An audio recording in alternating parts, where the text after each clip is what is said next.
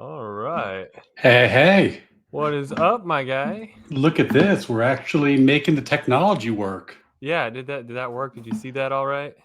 I think so. The question is whether it's streaming on my stuff or not, which I think takes a second. So we are going to hope for the best. But hey, man, good to see I you. gotcha. Yeah, you as well. I wanted to start it off with just I think in an appropriate spiritual just to really set the tone for tonight.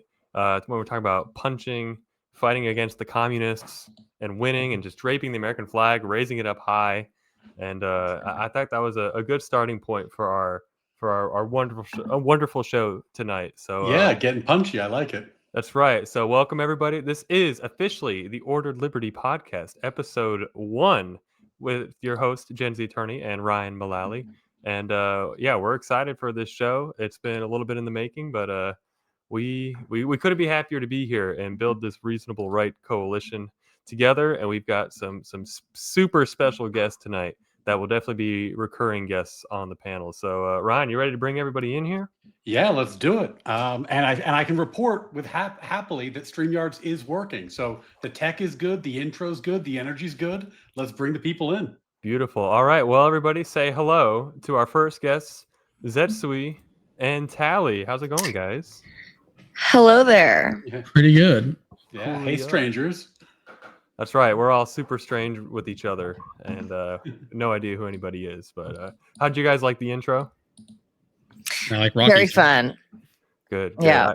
I Very think, exciting. I think it was appropriate, like I said, for our topics for, this was first week of the show. We're going to talk a little bit about the Zohranification of the Democratic Party and the impending imminent communist takeover. And what do? We challenge them to a boxing match and we go win in their home turf. So that's what it felt good for us. But yeah, so I think to get us started off, I want to make this a habit, a tradition every week, corresponding to the episode we've got, to do the corresponding Federalist paper. So with that said, you guys want to talk about Federalist paper number 1 real quick?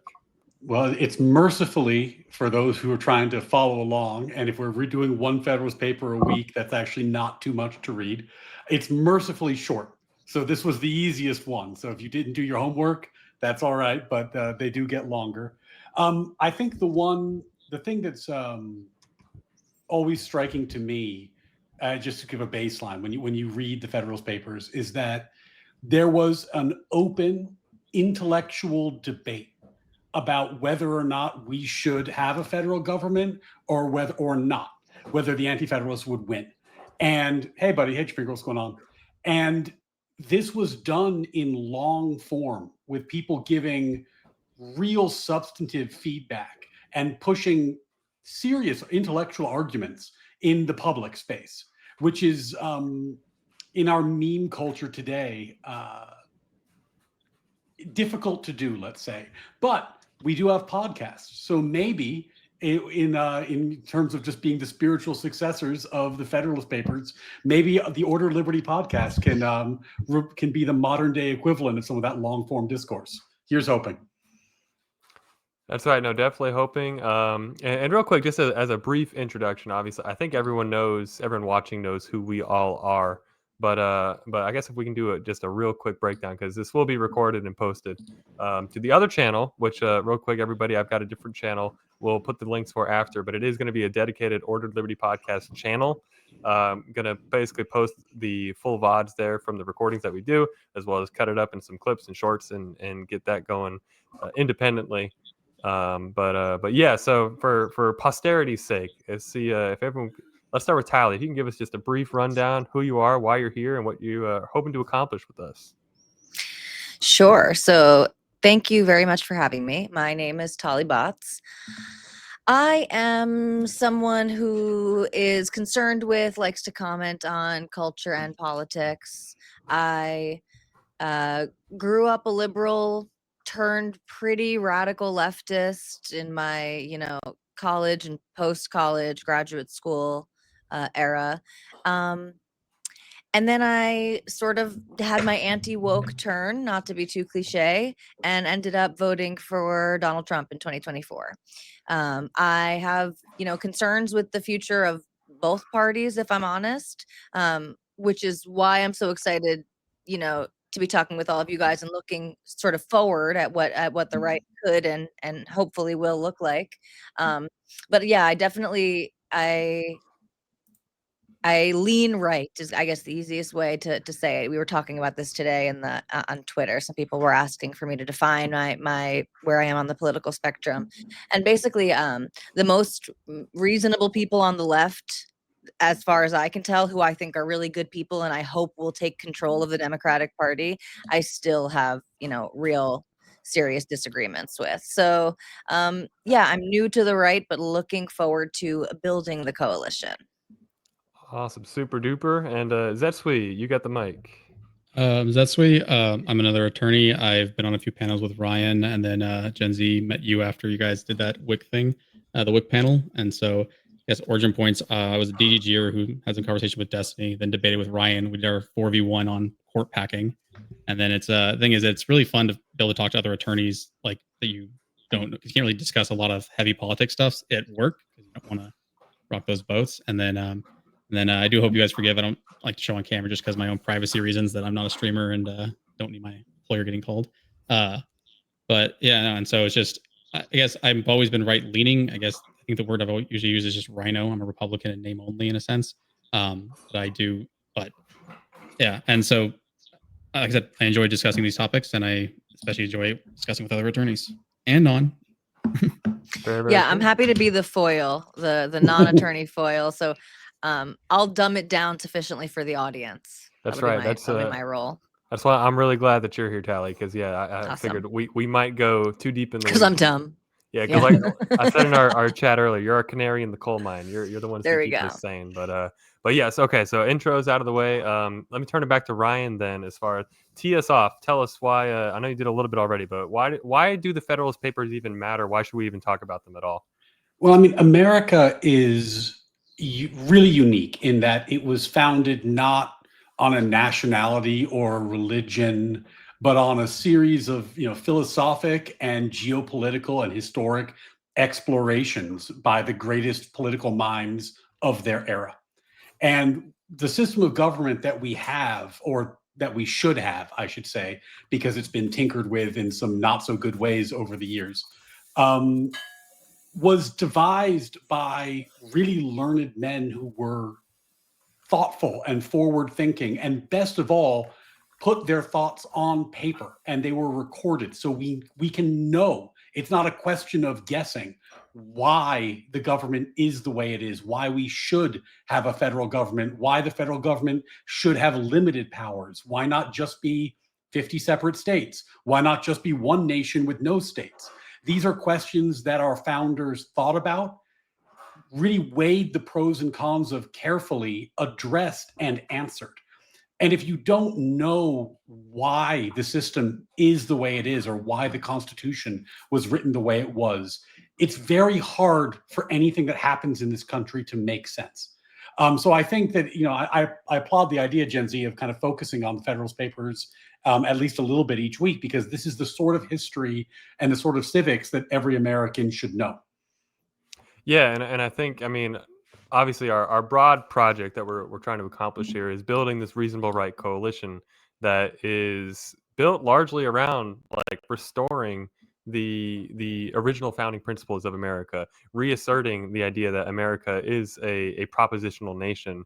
It's not a nation built on any ethnic identity, any tribal group. The founding fathers specifically set it up to be a nation built on ideas, and I think that's what we're losing nowadays, which is why, well, let's go back and figure out what are the founders, what system did they set up for us, and how do we best understand that? And that's literally what the Federalist Papers are, is arguments that Alexander Hamilton, John Jay, and James Madison, author of the Constitution, by the way, James Madison, their arguments for why the Constitution should even be passed and be ratified in the first place. And so, and the first Federalist Paper really even gets us right into that, because it really is kind of this introduction of saying, why do we even have the Federalist Papers, and why should we even have?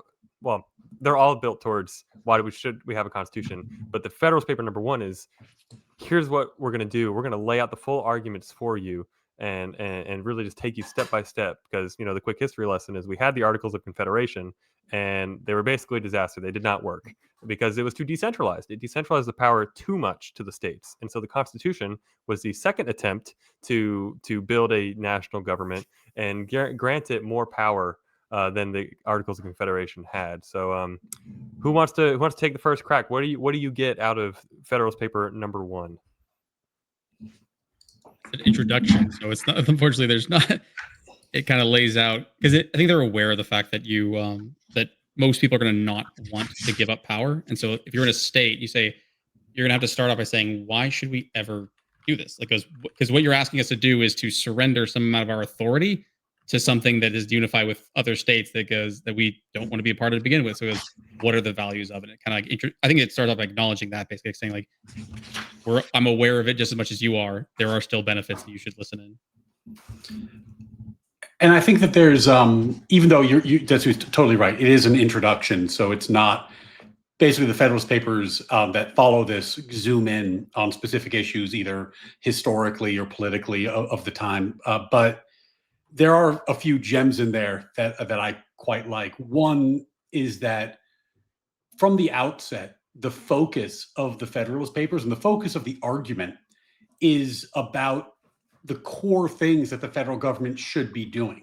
The fear that a divided nation, like the anti-federalist version of the nation, would be vulnerable to military incursion, would be unable to negotiate trade deals. These kind of core federal roles are spelled out, and then there is some great lines in there. Let's see if I can find this. Hamilton wrote, "In the contemplation of a sound and well-informed judgment, their interests can never be separated. A dangerous ambition more often lurks behind the specious mask of zeal for the rights of the people than under the forbidding appearance of zeal in the firmness and efficacy of the government." So even back then, one of the concerns that people had was the people who often want to tyrannize you come with a mask saying, we want to help, we want to give you rights, we don't want to hurt you. Of course, we're here to help you. But in fact, the people who are saying that are quite often the ones who are there to tyrannize you. And it's interesting that it's a very similar argument to the one that we have today, yet they were having it back so many hundred years ago. Yeah, no, I think that's a quote that I had pulled out as well. Just really laying out this idea that basically a warning against demagogues, and that people can try and use the system to infiltrate it and ultimately to pursue their own personal political ends that they're not initially letting on, which I think we're going to get into a little later, talking about our friend in New York, Zohran Mamdani.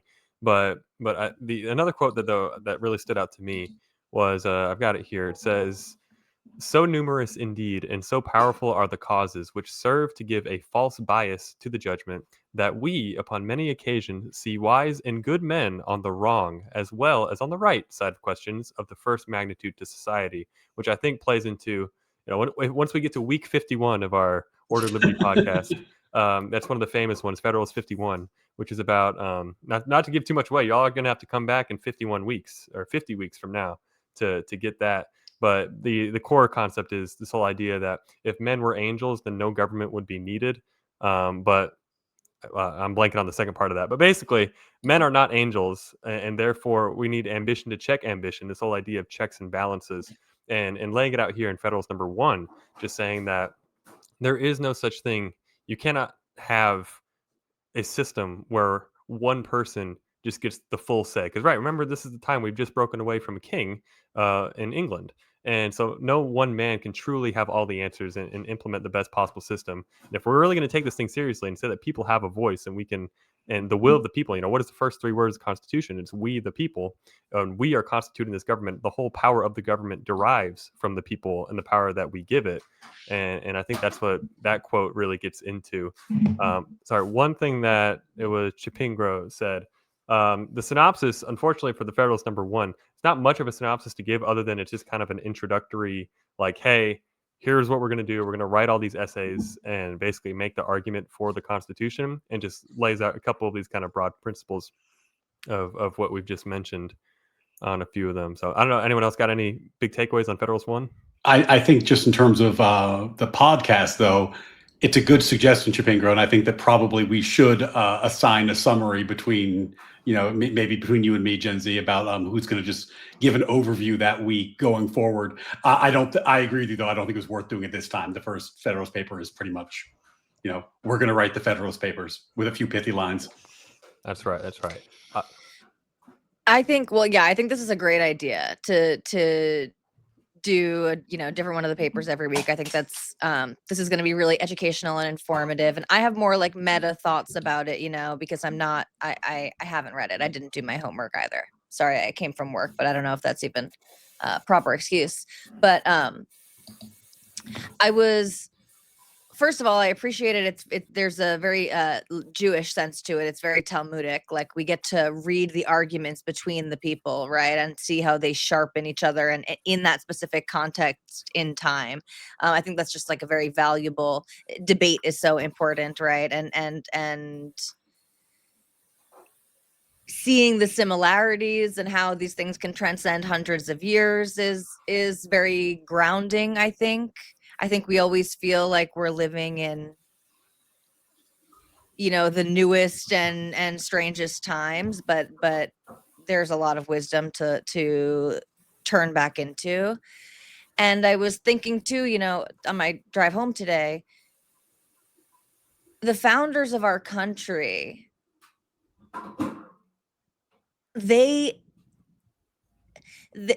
their appreciation for what they had to build themselves and the decisions that they had to make is so different from, being born into it so many generations later, right? People don't have the same appreciation. And I think kind of like coming to the right, I don't know if that's coming to natural rights, coming to, appreciation of the Constitution, appreciation of these things is almost like a conversion. It's like when you really do have to choose to take it on, because you can just be the beneficiary of that work and and this society. So anyway, I don't know if that's too meta, but I think this is a really good idea to have people kind of grounded in the founding of this country, and also to trace the parallels as we're living in what seems like very uncertain times. I mean, one of my favorite, I'm going to butcher the quote, but it came out of the common sense realist school that was really influential on Jefferson and Madison and other founders, was the line, you cannot love law or liberty without first knowing them. And I think that's some of the danger that we face today, is that we've done a poor job culturally of explaining what American values are, why our government and our Constitution looks the way it does, and why people care or should care about these things. And as the famous quote goes, the loss of liberty is never more than a generation away. It's a fragile state of affairs. It was in many ways the culmination of history, and it can be lost. It is not the common state of humans over time. It's something that was earned. And if we want to keep it, we're going to have to explain to people why they should want it. And that's the other famous quote. I believe it was John Adams, but asking, when it was coming down the steps from the Constitutional Convention, and the people were saying, what did you create in there? What have you given us? And he says, a republic, if you can keep it. It might have been somebody else. I think it was John Adams, though. But that's the whole idea, the whole premise and promise of the American founding and building this country. Like we like to say, we're a propositional nation, meaning this is not like people love to just not have this perspective, this historical perspective of thousands and thousands of years of human history, like a free liberal democracy where people get to actually express themselves and speak freely and think freely and have their say. Everyone has an equal say. And yeah, Chipingo got me right. It was Ben Franklin. John Adams, I think, had the other one, a moral and religious people. This country can only survive if the people are moral and religious. But either way, to not have this perspective of thousands of years of evidence here, the historical record is clear that what we have here this is the exception. This is not the norm. This is not the rule. And the only way this can work, only way this can function is if we have that understanding, which is why we're going to start each week, just have at least a brief lesson on where does this all come from? What are the ideas that fueled all of this? Because we have to have that historical perspective, and even just global perspective of us compared to the rest of the world, and why America has thrived and endured for as long as it has compared to all these other countries and civilizations and different governmental structures that just have not worked at all. So yeah, we'll definitely have more on the Federalist Papers. I think though, just since it is our first episode here, and we all are part of the same political project, but we all have slightly different backgrounds. It seems like I think I like to take a little bit of time and just lay out our vision here for what exactly is it we're trying to accomplish. We keep throwing around some of these terms like propositional nation, reasonable right, stuff like that. So let's use this, because this is going to cut into a clip and turn into a short and whatnot. What do we mean when we say all that, and what are we trying to do here? I think Ryan, I'll let you take your first crack at it, and then Tali and Zetsui go from there. Yeah, so when we say America is a propositional nation, what we mean is that America was founded on a specific philosophy, made by specific people with specific beliefs.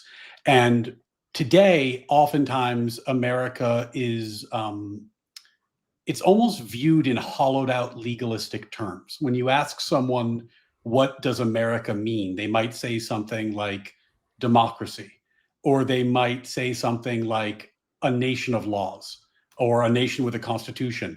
But what's been hollowed out is the moral core that was the American proposition that animated the need to be the rule of law, that animated the desire for democratic rule. And that was spelled out in the Declaration of Independence. We find these truths to be self-evident, that all men are created equal, that they are imbued by their creator with natural rights, amongst them life, liberty, and pursuit of happiness, and that to secure these rights, governments are instituted amongst men. And that's what the American government was for. It was to secure the natural rights of its people. And if you don't have a grounding in that philosophy, almost nothing else about this country will make sense.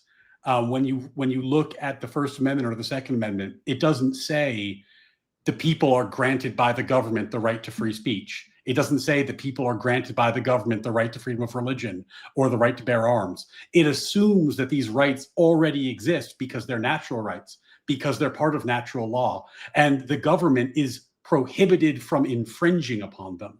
But the right was not granted by the government because the right is a higher moral standard. The right is what the justice of the government is measured against.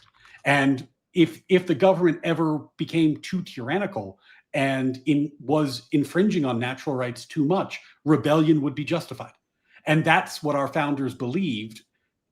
And if you don't kind of grok that, then very little else is going to make sense to you about the way the country has been organized historically.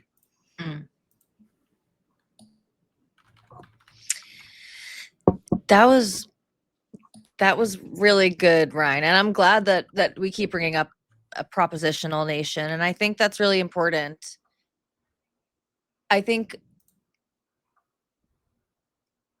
I hate to bring criticism of the right into this positive podcast about the future of the right. But I think part of the reason that we're doing this is because there are concerning segments on the right now.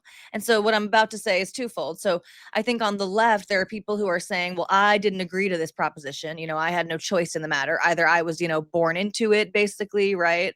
Or my family had to come here for some reason beyond my control. They are rejecting the proposition. They are playing this cultural relativism game and saying that all of the things that you two just said that make our country so special, well, actually other places have cool things also, and our nation is no more special than any other. And they kind of convince themselves of this. And part of this is ignorance, right? Having so little experience of what it would be like to not have these privileges and these freedoms, and have your natural rights respected, right, by your government and recognized by your government. So we have all of that going on the left, and obviously we are are rejecting that, right? And then on the right, I mean, there is a segment of the right that is also vehemently, I don't know if you guys have seen this, I don't know how plugged in you guys are to like the, I don't know what to call it, alt-right, dissident right, whatever, but there's a segment of the right proudly proclaiming we are not a propositional nation, that is bogus, basically, that is boomer talk, essentially, and that we need to be looking a little more nationalistic. And I don't think nationalism is a bad word. I want to put my cards on the table. Like, I think, I think there's a mistake that some people on the right are doing that are sort of conflating America with Europe. Yes, we are a nation that was founded by Europeans. This is undeniable. It was the influence of European culture, right, that formed this nation, and it was also rebellion against some of the places that they were leaving. But America is unique. America is different from these different European cultures and we can't have the same prescriptions, basically, I believe in building a right that actually believes in what the right has been saying they believed in, which I think most of them have, right? Which is a merit-based systems where if you come in and you agree to this proposition and you aspire to this, basically, and you do the right thing and you work hard and you contribute, that you should be and can be a valued member of this society. And yeah, so I hope I think that's what the most mainstream, right wing represents, but I think it's not sexy right now. And so I hope that this, reasonable right coalition, we got to figure out a way to be kind of sexy with the proposition. Well, it's such a good point, Tali. And sorry, Zetsui, I know I want to give you some airtime, but I just want to make sure I follow up on that. Once you understand the American proposition clearly, other terminology that I feel like gets misused can become super clear.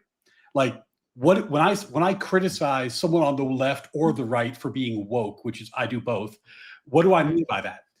Woke means to me, when I use the term, you are invoking collectivist grievance to attack the American moral proposition.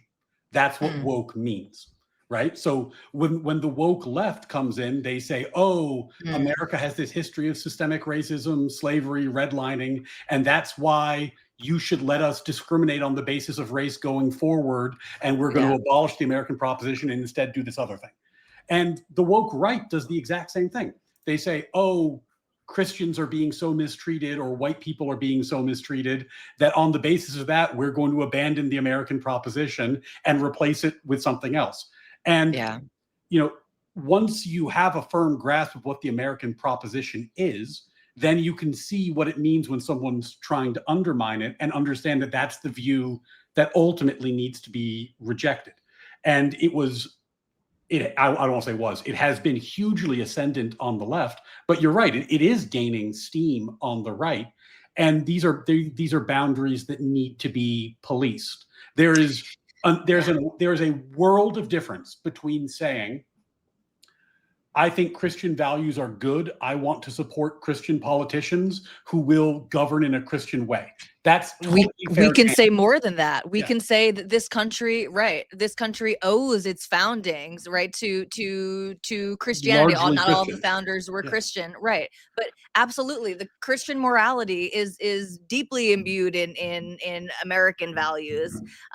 So yeah, we can go beyond that. But of course, I'm not a full member of society if it's a society that only allows, that power is going to be granted by your religious affiliation or your ethnicity, right? And so that's a direct threat to me, and that's where I get. Well, no, 100%, and that's what I was saying. Saying if you want to have more Christian people in government and you want to vote for them and organize for them, that's totally within the American moral proposition. If you want to put religious tests and you can only hold office if you've been baptized, that's a problem, right? And the line isn't that blurry. It's actually very clear if you're clear about what the American moral proposition is.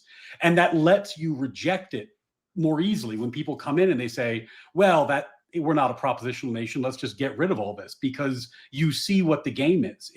If they're allowed to get rid of the American moral proposition, there's nothing left. And who knows what's going to replace it at that point? It might be Yeah. the thing you like. It might be something totally different. Once it's gone, there's no foundation.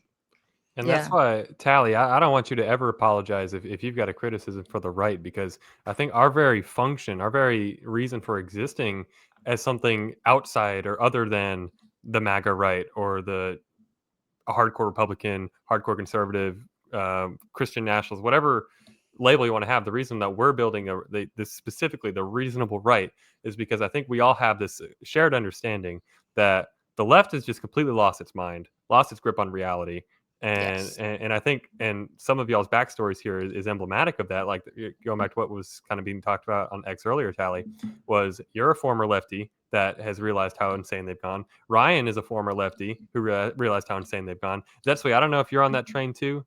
No, I've always probably been more. I guess I've probably gone from libertarian to more just right leaning overall. So I've become like, yeah. So I've always been a right-ish basically, but yeah. So no, Yeah. but still, I can still see the issues in general. But from my standpoint, understanding the origins of the country and how we got here, part of that reason gives you two things. One, it tells you what we gained by doing it, what you might lose if you get rid of it, and it helps you predict how things might work in the future. And when you don't have those things, people get very angry and very frustrated when goes, why am I not getting the thing I want? And the answer is they didn't understand the process to begin with. And then if they say, well, whatever, I don't care what that is, I want it, I want what I want. You say, because you don't understand where you came from, you don't know what you're about to give up. I think you guys face that a lot. Like there's the one I watched is where the WIC debate, where there's a point where you point out the law and they go, well, I don't care about that. And it says, okay, I get you're looking in front of your nose and saying, I don't like the wall in front of me. The problem is you don't see all the toxic things behind it. That if you break that wall thinking you're well, it's in my way, it goes, there's a reason it's in your way. And Right. if you don't understand that, and so it's part of it is so those three propositions of saying understanding why we come from and why we got here is so that your predictable outcomes, you'll know what you need to do if you want those changes, but you also know what the consequences will be, because it's really frustrating when someone does something incredibly that has an obvious consequence and then acts shocked when that consequence occurs. And that's a great point, because that's exactly why, because that we're starting to see some of that on the right as well. And that's where our calling here is, okay, we're pointing to the left and saying y'all have lost your minds. We're pointing to the right and saying we're at risk of losing our minds if we start giving into the same temptations that has completely captured the left. And that's what makes, because all of us have a shared concern that our country, like we kind of just let off with, is our way of life, how good we have it. It is the exception. It is not the rule by historical comparison or even just by modern global politics comparison. Look at any other country on the world. It's not even close in so many different ways that we just have it the best. And we're all terrified that we can lose that. And like Ryan said earlier, it's never more than one generation away, and it can be taken away from us by either side if they let it get too far and they go too crazy. And so that's why we're trying to stand here. Our whole goal with this political project is being this reasonable ground that is trying to just side with reality, side with our history, side with our founding principles. Because, like you just said, Zetsui, if we don't, and look at that, I just wrapped in all three of your quotes into one rambling answer. I'm proud of myself for that one. But like what you just said, Zetsui, about if you don't know where we come from and you just see this wall in your way and you say, well, it's in my way, so I'm going to tear it down. You have no idea what kind of hell you'd be unleashing after that. You have no idea what's on the other side of that wall because you have never cared to learn about it. And so that's why our project, I think, is just of such fundamental importance. And admittedly, I've got some people I know that are in the chat right now that typically watch my videos breaking down like these big celebrity high profile court cases and whatnot. And it's like, this is a complete wild 180, like super new topic. But the reason for that is because it is just so fundamentally important, because we're talking about, the survival of our country here. Yeah, and look, the Amber Heard trial can be the dessert, but eat your vegetables. That's right. It's okay. Yeah. So yeah, I think that's really the goal. That's the vision, and really, it's a matter of just like literally just one person at a time that we can bring into the fold and have this vision. And right, we've got two great panelists here, but moving forward, we're going to have a good variety of guests that are interested in building this coalition for the future. Like I've been talking with some never Trumpers, like North. I've talked with North. He's interested in coming on. He is a solid never Trumper He sent me Trump's quote about the filibuster and getting rid of it, which we're about to get into, as like trying to, I guess, make me see the error in my ways for having voted for Trump. But we should talk about never Trump republicanism, and I think maybe why we distinctively this is not that. I think yeah, that's important because yeah, I think we all feel pretty strongly about that in particular. Like, I'm not interested in being part of a never Trump movement, a never Trump Republican movement. I am interested in being a part of a forward looking, what's going to happen, a post Trump Republican movement, because Trump is not going to be on the ballot in 2028. And so so maybe we could spend some time talking about why we don't want to take that route. And if Trump is on the ballot in 2028, I think Gen Z and I will owe so much money because we keep betting people he won't be, because people keep saying he's going to run in 2028 or he's going to be the VP and stealth his way. I love Wick. Wick's a buddy, but like I think in our last conversation with Wick, he did he insinuate that Trump might have some kind of unaliving scheme if he was, I mean, so people have all kinds of tinfoil hat theories about 28 that I don't think are likely, but I do think the project does need to be forward-facing, as Tali said. It needs to be looking at 28 and beyond specifically, because the last election's already baked in. It's already happened, and other than the one big beautiful bill, it's not like the Republicans so far have been governing through legislation, though they could have if they wanted to. That has not been what's been happening. So, I mean, the midterms could result in losing Supreme Court seats or other unpleasant things going forward, but I don't think it's going to do much to stymie Trump one way or the other. Really, the question is, what does the right look like in the long term? So I have no antipathy towards people who are in the never Trump camp. I understand where they're coming from. I myself didn't vote for him once, though I'm often accused of voting for him, which is hilarious. But I never did, for a lot of reasons that never Trumpers agree with. There's a lot of common ground there. I just don't think what they're doing is useful. I just don't. I like it's. I want to be philosophical, but like practically speaking, I just don't understand the point of what they are doing. I think that a better move is to try to steer the bulldozer, hope that Trump knocks down some of the bloated federal government that we have and gets us back to a more constitutional shape, and then be ready to rebuild when the time arises. Yeah. Oh, sorry. Go ahead. I was say, because I guess I don't have a problem particularly if you're never Trump, or if someone, one, it does make it's a little weird. Goes, well, he's not going to be on the ballot, so I'm not sure. Like, don't worry, we're all everyone's be forced to be never Trumpers once he's out of office because no one can vote for him again anyway. So I don't know what you want. And so if you wanted to be like a never Trumper in a primary, that makes sense. Or even in the general, if he crossed whatever lines in your head are too big for you, I don't have, that goes, then whatever those lines are, that's for you to decide, not for me. For me, it's just, and so that just, I'm not certain what a never Trumper wants at this point, basically, is all. It's like, I just don't get, like, I feel like the battle's over, and it goes, there's no point in doing that at this point. If you want to just be critical of Trump, then I think go for it. Yeah. Well, some of them are saying out loud what they want, and it's just to openly get Democrats elected right now because they think there needs to be more institutional pushback, like in the Senate, which, like Ryan just mentioned, like that could lead to some completely catastrophic results if Democrats get back the majority. Not I don't want to sound like super doomer about it, but they're openly talking. I mean, me and Ryan have talked about this before, about how Josiah, Pondering Politics, who is, I've heard him described before I ever knew who he was. I heard him described as like one of the kind of bastions of the reasonable left, and that's when it got me kind of into following him a little bit, see what he's all about. I was initially getting that vibe, like, okay, I see what people are saying, and now all of a sudden he's out there saying completely openly and like hardcore, if Dems get stuff back, they need to pack the court. Like that is a number one policy priority, is that they have to pack the Supreme Court, and it's just, and I think Ryan, you made the point in one of your tweets, basically quoting that to say, and this is the reason why, for the never Trumpers out there,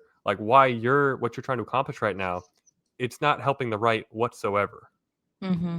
There's an example of it. So saying like, so right now, remember, Republicans right now, I guess we'll get into it later, but are probably not, I don't expect any chance of them getting rid of the filibuster, if I'm being honest. Where they're all standing, at least where they're standing now, no way.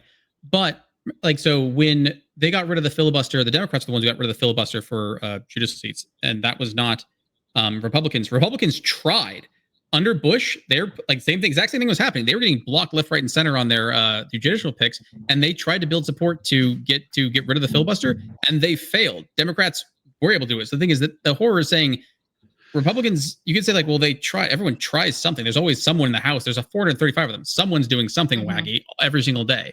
But in terms of saying who are the ones that are actually removing the things, and he goes, well, if someone's actively advocating for packing the court, I don't think people realize how horrifying that thought is. I think, right, and then you and I were on a panel just like arguing on that, going like, and then even arguing saying like, do you understand how that has devastating consequences far beyond what anything Trump has done, in my opinion? Like, he goes, I don't think you understand the horrors you shall rot if you try and just, especially if you got rid of the filibuster. So if you tried to by 51 just turn the court into like add 9 justices. The thing is, you're going to have to become authoritarian at that point. You can't, because the second Republicans get control again, whatever swords you wield, they will wield it back against you, because they did. When you got rid of the filibuster, they wielded it back against you. If you do a court packing, if you add 9 new justices or whatever it is to get your majority back, if you let them suddenly, again, you have to basically purge and become, you have to basically dissolve the country, because you're going to lose it. The Republicans are going to repack the court as soon as they get control again, and you'll have no argument for why they can't do it. And also, there's just nothing that would cheapen the idea of the rule of law more than, imagine a world where every 4 to 8 years, 9 more justices are added to the court, and suddenly every law in the country changes, right? And then you say, we're a nation of laws, we should respect it's like, well, why? Why would anyone respect the law at that point? It becomes a joke. And, we've been flirting with this for a while now, where ever since Roe v. Wade, really, I think is probably the origin point of this, though maybe you could trace it back further. I think it was around then. That's when you started seeing Supreme Court justices during the confirmation hearings. They'd be asked specific questions. What do you think of the right to privacy? What do you like? They'd be asked and really, this is the result of living constitutionalism. If you believe that justices are empowered to amend without an amendment the Constitution and just rewrite it, then of course you need to vet them and make sure they're going to rewrite it in a way that you want them to. That's, it would be political malpractice not to. And that's what we started doing. And that's when you started seeing, it used to be 98-0 every time, because, yes, conservatives put up conservatives, and yes, liberals put up liberals, but everyone was voting like, is this judge experienced? Is this justice going to apply legal reasoning? And that was the test. Now the test is, are you going to rewrite the Constitution the way I like, especially coming from the left? And on the right, it was, just transparently for a long time, are you enough of an originalist that you're going to overturn Roe if given a chance? And that already has undermined our faith in the rule of law and the Constitution tremendously. And while I prefer that the judicial process be political than just by fiat, so I guess this is the best we can do right now. The idea of court packing, I don't see how we recover from that. Once you get into a cycle of court packing, that's pretty much the end of the idea of the Constitution as a sacred document. And real quick, I just want to give a quick historical, just some beef to what Ryan just said, as far as how overwhelming these votes were. So Sandra Day O'Connor, first female Supreme Court justice, confirmed 99-0. Antonin Scalia, famous originalist right-wing justice, confirmed 98-0. Ruth Bader Ginsburg, famous left-wing justice, confirmed 96-3. It really is not until you get to even Sotomayor and Kagan. Sotomayor was 68-31, and Kagan was 63-37. You're only getting to these super ultra slim majorities, starting with Gorsuch. Even at Gorsuch, who he's been pretty rock solid, I think, as far as just being a consistent, Bostock aside, but being a consistent jurist on the bench, he was 54-45. Of the 3 Trump picks, I think he was the least objectionable. Even that was still 54-45. So it's really, when it becomes a political body, a political institution, then you've got to screen them based on their politics at this point. And it's completely unworkable, completely untenable. And I think that's one of the main things that we're talking about, threats to institutions, that the left just represents right now, that we're trying to exist to fight back against. Roe is actually like a pretty good litmus test I usually ask against people, is to say, because if someone says like, oh my God, the Supreme Court's off the rails, and they go, I can't believe they overturned Roe. Go, so do you agree Roe shouldn't have been overturned? Or they go, of course not. And I go, what was Roe held under? I don't know. And like, okay, so then how are you're judging whether or not you like it based on whether or not, if you're pro-choice, well, then I'm in for Roe. And he goes, that's not, if that's how you judge things, then it makes sense why this is all crazy to you, because you're saying you believe that judges are there to give you what you want. What does Constitution say? Depends. What do I want in the moment? If I want something, then the judges should give it to me. And if that's where you're at, because the answer should be, well, depend. Like, if you don't know the reasoning why, then how do you feel in favor of it or against it? Everyone should be able to think of some case in your head that says that you like that. It goes that you got some morally abhorrent outcome that you hate, but you agree with the decision because the rules are there. That goes, it doesn't protect you from bad things. That's not its purpose. And if you believe it does, and like I said, Roe's a very easy one, where it goes, just ask people, and if they don't know how it's held, or they don't even know what KCV Planned Parenthood is, they don't even know the standards of Roe. They don't even know what substantive due process is, and yet somehow they have these. It's not just having an opinion going like, oh, here's how I feel about abortion. It's an opinion on the Supreme Court, its operations, and whether rulings are correct or not, and they don't know what the rulings are. And it's like hardcore opinions. Like, these are like people world ending, family breaking. Exactly, world ending. People will like get so riled up out in the streets.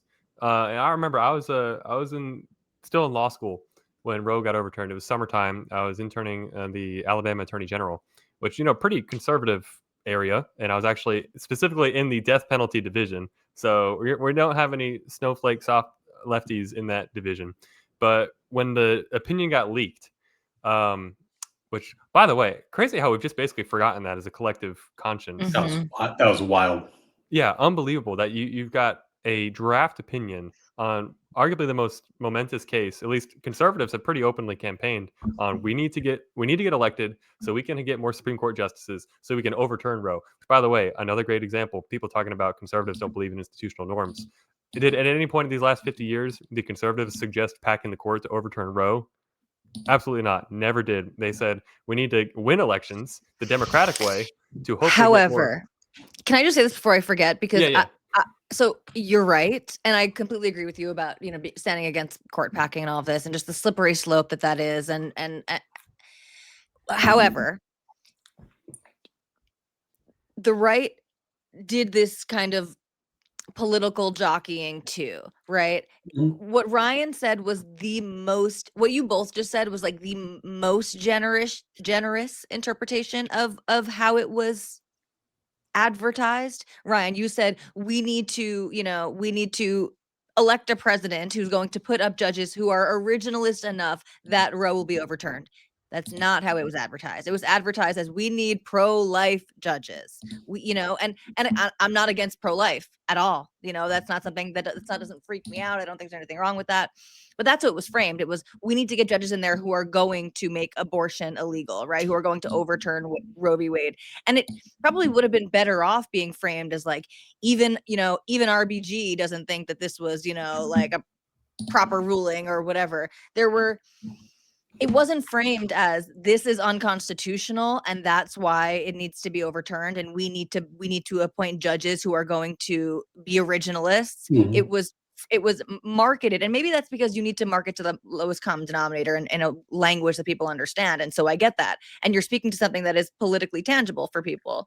But that is how it was at. And that's what the left reacted to very strongly, is look at the right openly saying that they are lining up candidates on the basis of being pro-life. Tali, you made two things, I guess, follow-ups that are some very important points there. One, I think one of the projects that the reasonable right should be working on is avoiding exactly that. Because, like, if you look at someone, Lactwood and I talked about this a while back, but if you look at President Trump, one of the things he's outstanding at is providing low-level memes that galvanize the base. But the problem is they're not always sufficiently accurate, and they don't move up the chain well. So sometimes he gives a talking point that is acceptable, but a lot of times he'll say something like, the Haitians are eating dogs and cats. And I'm like, I'm not defending that. I'm not like, there's no world in which I'm defending. I get why he said it and why he thought it was politically useful, but I think we should try to hold ourselves to the standard of saying the talking points we're using make sense as memes. They make sense as elevator pitches. They make sense in a short conversation. And if I needed to give a dissertation on it, I could. Like they all, like it's top to bottom sound. And I think that is how you maintain your principles, because if you don't do that, you're going to end up saying all kinds of nonsense because it's politically expedient. So I think that's a huge, huge point that we need to be aware of. And then beyond that, in terms of the way that the judges were appointed, I think that we need to be honest about how the left is going to frame this. Like if you talk to Josiah or Pisco or any of those guys, they're not going to say that, oh, we're doing court packing because we're twirling our mustaches. They're going to say, we're doing court packing because what McConnell did to Merrick Garland was court packing. Right? They're not saying it's like court packing. They're saying it was court packing. And I'm going to admit that's a tough argument, because I don't think it's hard for me to defend that move on anything other than political expediency. It was a political masterstroke, but it is not. I don't think it's as bad as court packing, but it certainly was not like a moral high ground moment. No, it was bad. However, it was not one. It's not the first time we've done something like that. They've held a vote at one point where there was a president who had a pick, and they held a vote and said, "Are we even going to let him choose someone?" And they all voted and go, "Nah, we're not going to let him. We're throwing it to the next president." They just straight up said that. That was a vote on the Senate. What McConnell did was wrong. But the thing is that it wasn't like no one had moves to beat him. If Obama wanted to get his pick through, he could have withdrawn Garland, as we do. Because the thing is, when someone's not getting a hearing, we withdraw the pick. He's the first person to ever just leave that person up there forever. If he had grabbed, I think I've said this to you guys, grabbed the most liberal motherfucker on the Federalist Society and threw him up there, it would have created enough pressure. There was pressure for Garland, but not enough. The question is, it has to be something that puts pressure on McConnell. And Garland wasn't enough pressure. But the reason he left them up there was because, like everyone else, we all thought Hillary was going to win. Exactly. And the plan was that if Hillary wins, the reason he didn't withdraw Garland was because if Hillary was elected, they weren't going to give it to Hillary. They were going to confirm Garland. They're not going to let her choose someone more liberal than Garland.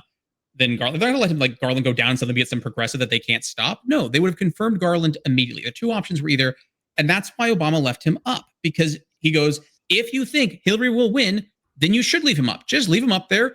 Hillary will win. Garland will get appointed. Done.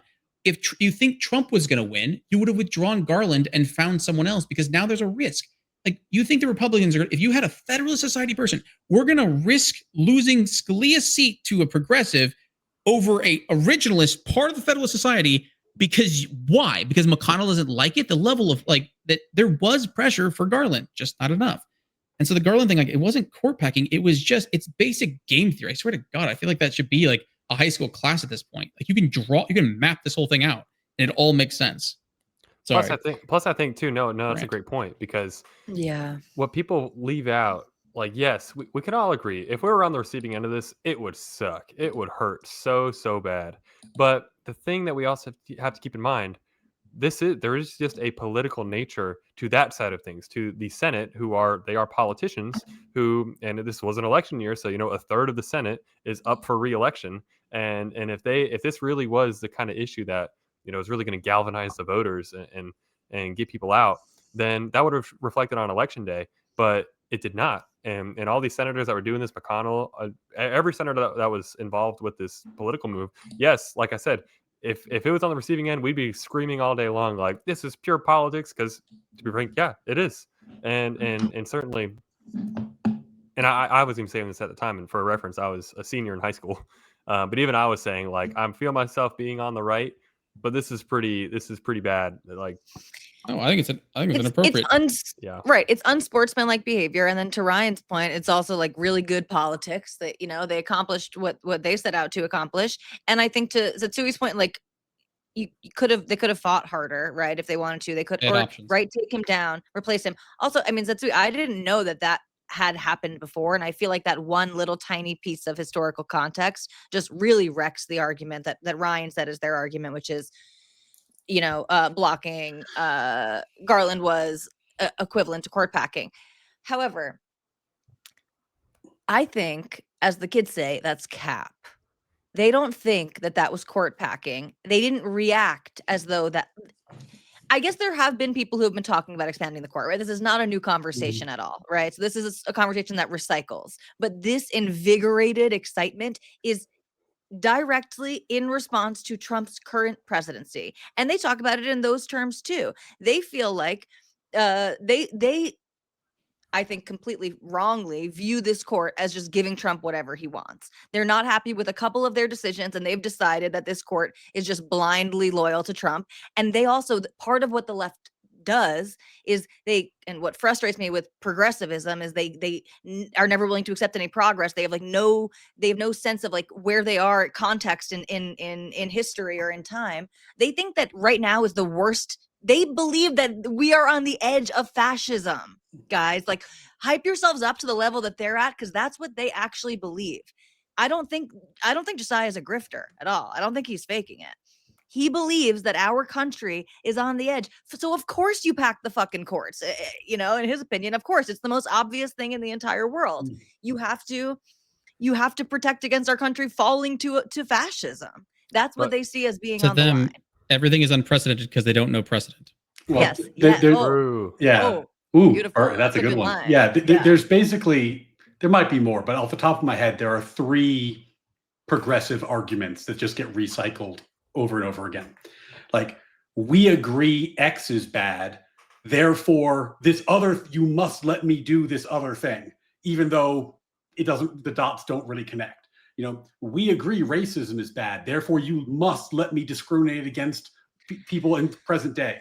We agree fascism is bad, therefore you must vote against the Republican Party going forward, right? So that's argument 1. Argument 2 is we need more government to fix the problems our last government initiative caused, which is like a perennial classic. And then argument 3 is just pretending they don't understand what words mean, right? Like we say, like, well, that, it's a bad thing, but it's not court packing. They're like, what do you mean it's not court packing? It's like, well, because court packing is a specific thing. And what you're talking about is whether or not McConnell called for a vote or left Garland in committee. We can agree that he probably should have given him a vote, but by the way, he would have lost. Like, if there was a vote, he would have lost. They don't care about it because it's hypothetical. Say Garland got a vote and they said no. Let's say that McConnell said, we're going to vote no on every single one. So Obama puts up another person, they hold a vote and they say no again. They wouldn't be all going, oh, guys, we're totally happy. Everything's wonderful now. No court. They'd still be calling for court packing. The thing is, I've heard people say where it's like they stole Garland's seat. Garland wasn't entitled to that seat.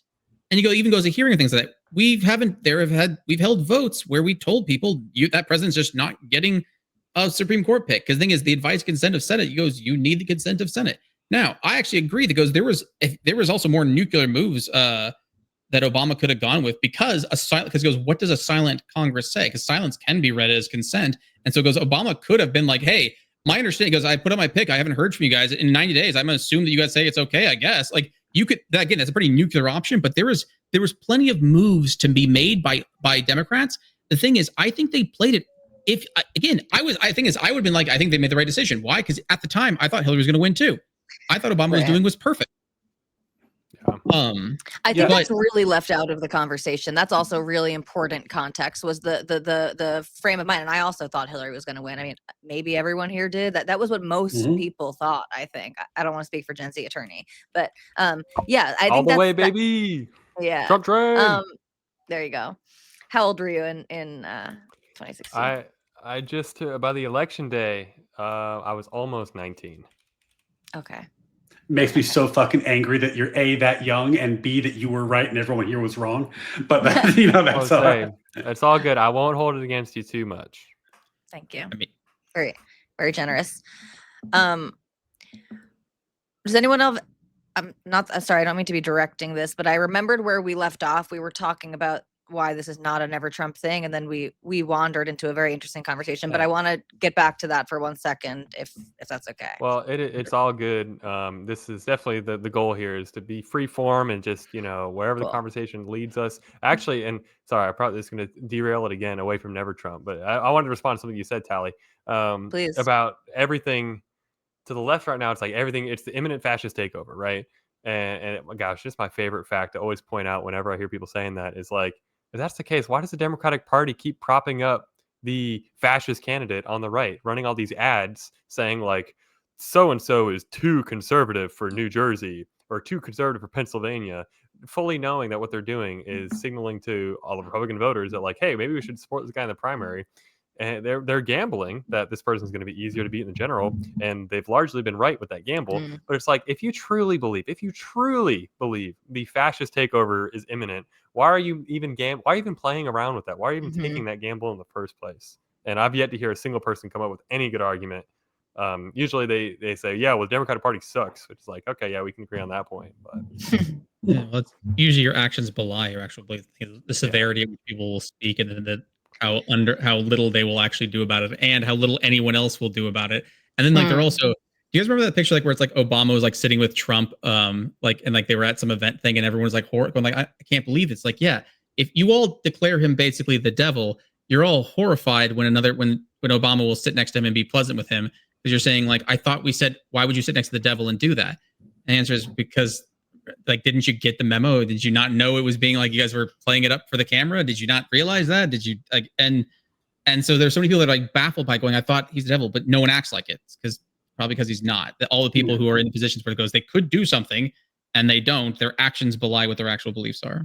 Well, and the funniest thing about it is, in terms of giving the game away, like I'm someone who is actually sensitive to the argument that Trump poses some unique risks, and that's why I didn't vote for him, right? So I'm someone who's predisposed to respond to that argument. But one of the things that like desensitized me to it was exactly this: propping up Trump's candidates in the midterms on purpose. That's just not the sort of thing you do if you think there's an existential threat for real. And then also seeing how quickly and nimbly the pivot was made to other candidates. Like when DeSantis was flying high in the primaries, all of a sudden DeSantis is worse than Trump. He's Trump but competent, right?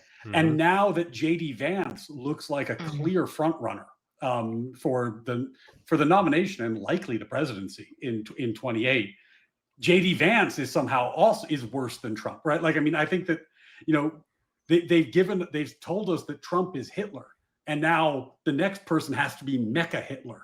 And I don't know what you do after that, right? I feel like they're running out of rhetorical room, but they always find a way. So in some senses, it is kind of the same trend where you say, you know, McCain was racist, even though everyone knew he wasn't. And Romney was sexist. And, you know, Trump is Hitler. And apparently DeSantis and Vance are Mecha Hitler. And whoever is running in 32 or 36 is going to be whatever comes beyond that. And it's hard to take that seriously. Well, and that's exactly, I'll tell you exactly why. You know, being the ultra wise, seasoned, years of wisdom 18-year-old that I was, looking at the 2016 election, and I was very small. I was a child when 2008, 2012 happened, but even I was picking up on these things of like, the thing that you're saying about Trump, y'all were saying that about McCain and Romney back then. But now here we are in 2016, and y'all are talking about McCain and Romney as like, why can't we have good Republicans like them again? It's like, what do you mean? Like, yes, I was 14 years old, but I was seeing these news clips of how y'all talked about Romney, and it was egregious. It was horrendous. And so that was it really was kind of the FU back to the media, back to the Democrats of like, let's just put up the most brash, abrasive guy who's just going to go in like those 20. I highly recommend everyone go back and watch some of the 2016 primary debates and look how Trump was just completely destroying every other candidate on the stage. This is probably the best one. The very first question out of the debate, they asked about healthcare. Trump was leading in the polls. His response was not to talk about healthcare. It was to talk about why Rand Paul was on the stage over at the end with his 3% approval. And that was his whole answer. That's all it was about. Like, okay, if we're talking about having good, rational, reasonable debate, that's not it. But at the time, there really was this feeling of like, we just need to throw the biggest. If he's going to do that to Rand Paul, what is he going to do to Hillary? What's he going to do to Obama and any Democrat he comes across? And it really was this like, we just have to start standing up and fighting back. Like, Ryan, you brought up John McCain and the whole Obama is an Arab comment, and how that's thrown around today as, oh, look, and McCain shut it down. He took the mic back from the lady because she was like, isn't Obama an Arab? And he took the mic back and said, no. Obama's not an Arab. He's a good man.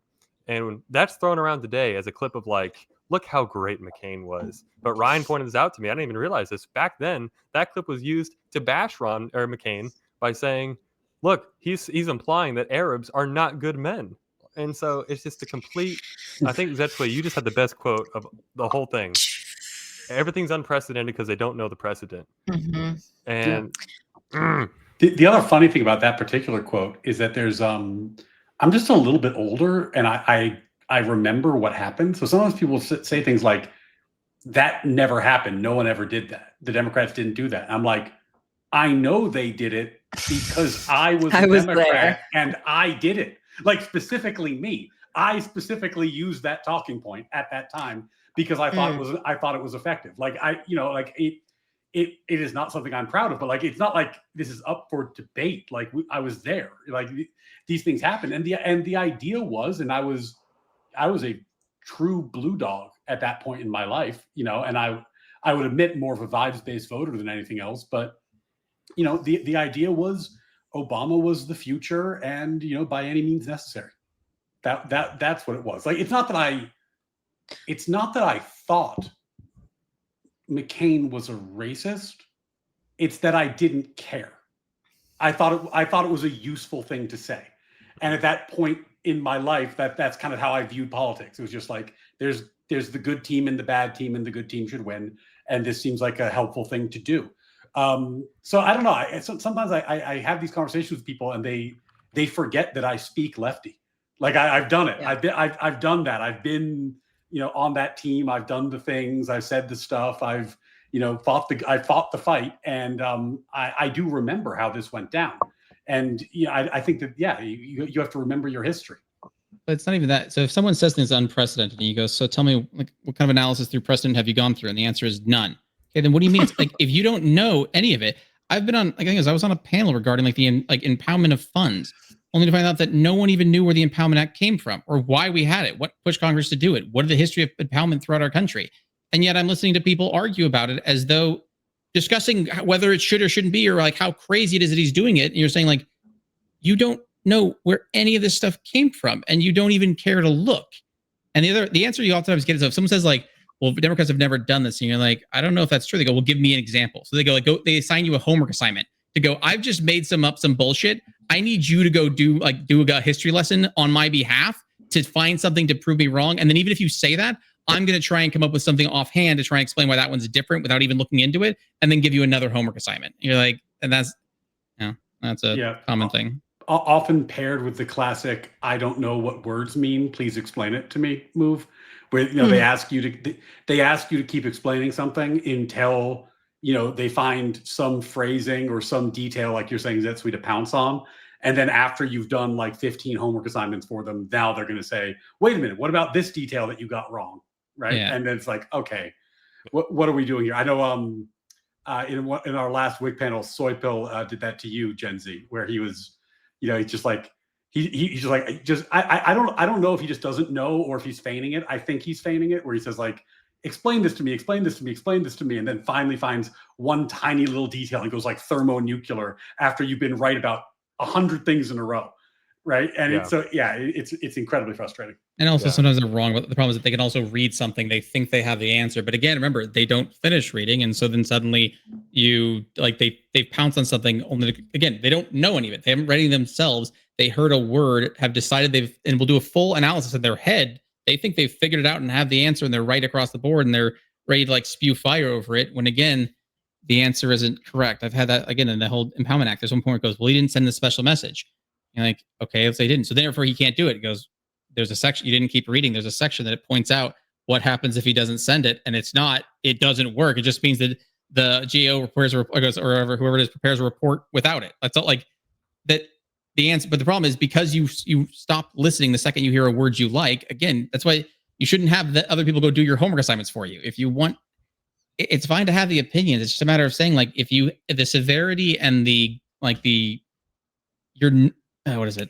convictions should match your knowledge levels. It's fine to have opinions on things with no knowledge, depending on how loose they are. If you just say, look, I'm pro-choice. Well, I don't know, I was in favor of Roe v. Wade because I'm pro-choice. I don't really know about the law. I thought it was a good thing. I don't really know enough about it otherwise. Then I'm like, that person's fine in my book. That person doesn't claim anything. But if someone's saying like, oh my God, the Supreme Court has fallen, I have no faith in it. And you say, well, what do you know about it? Literally nothing. Then I don't understand. Then that person's the person that's annoying to me. Yeah. Well, I think that oh, sorry, Tyler, you want to finish this out there?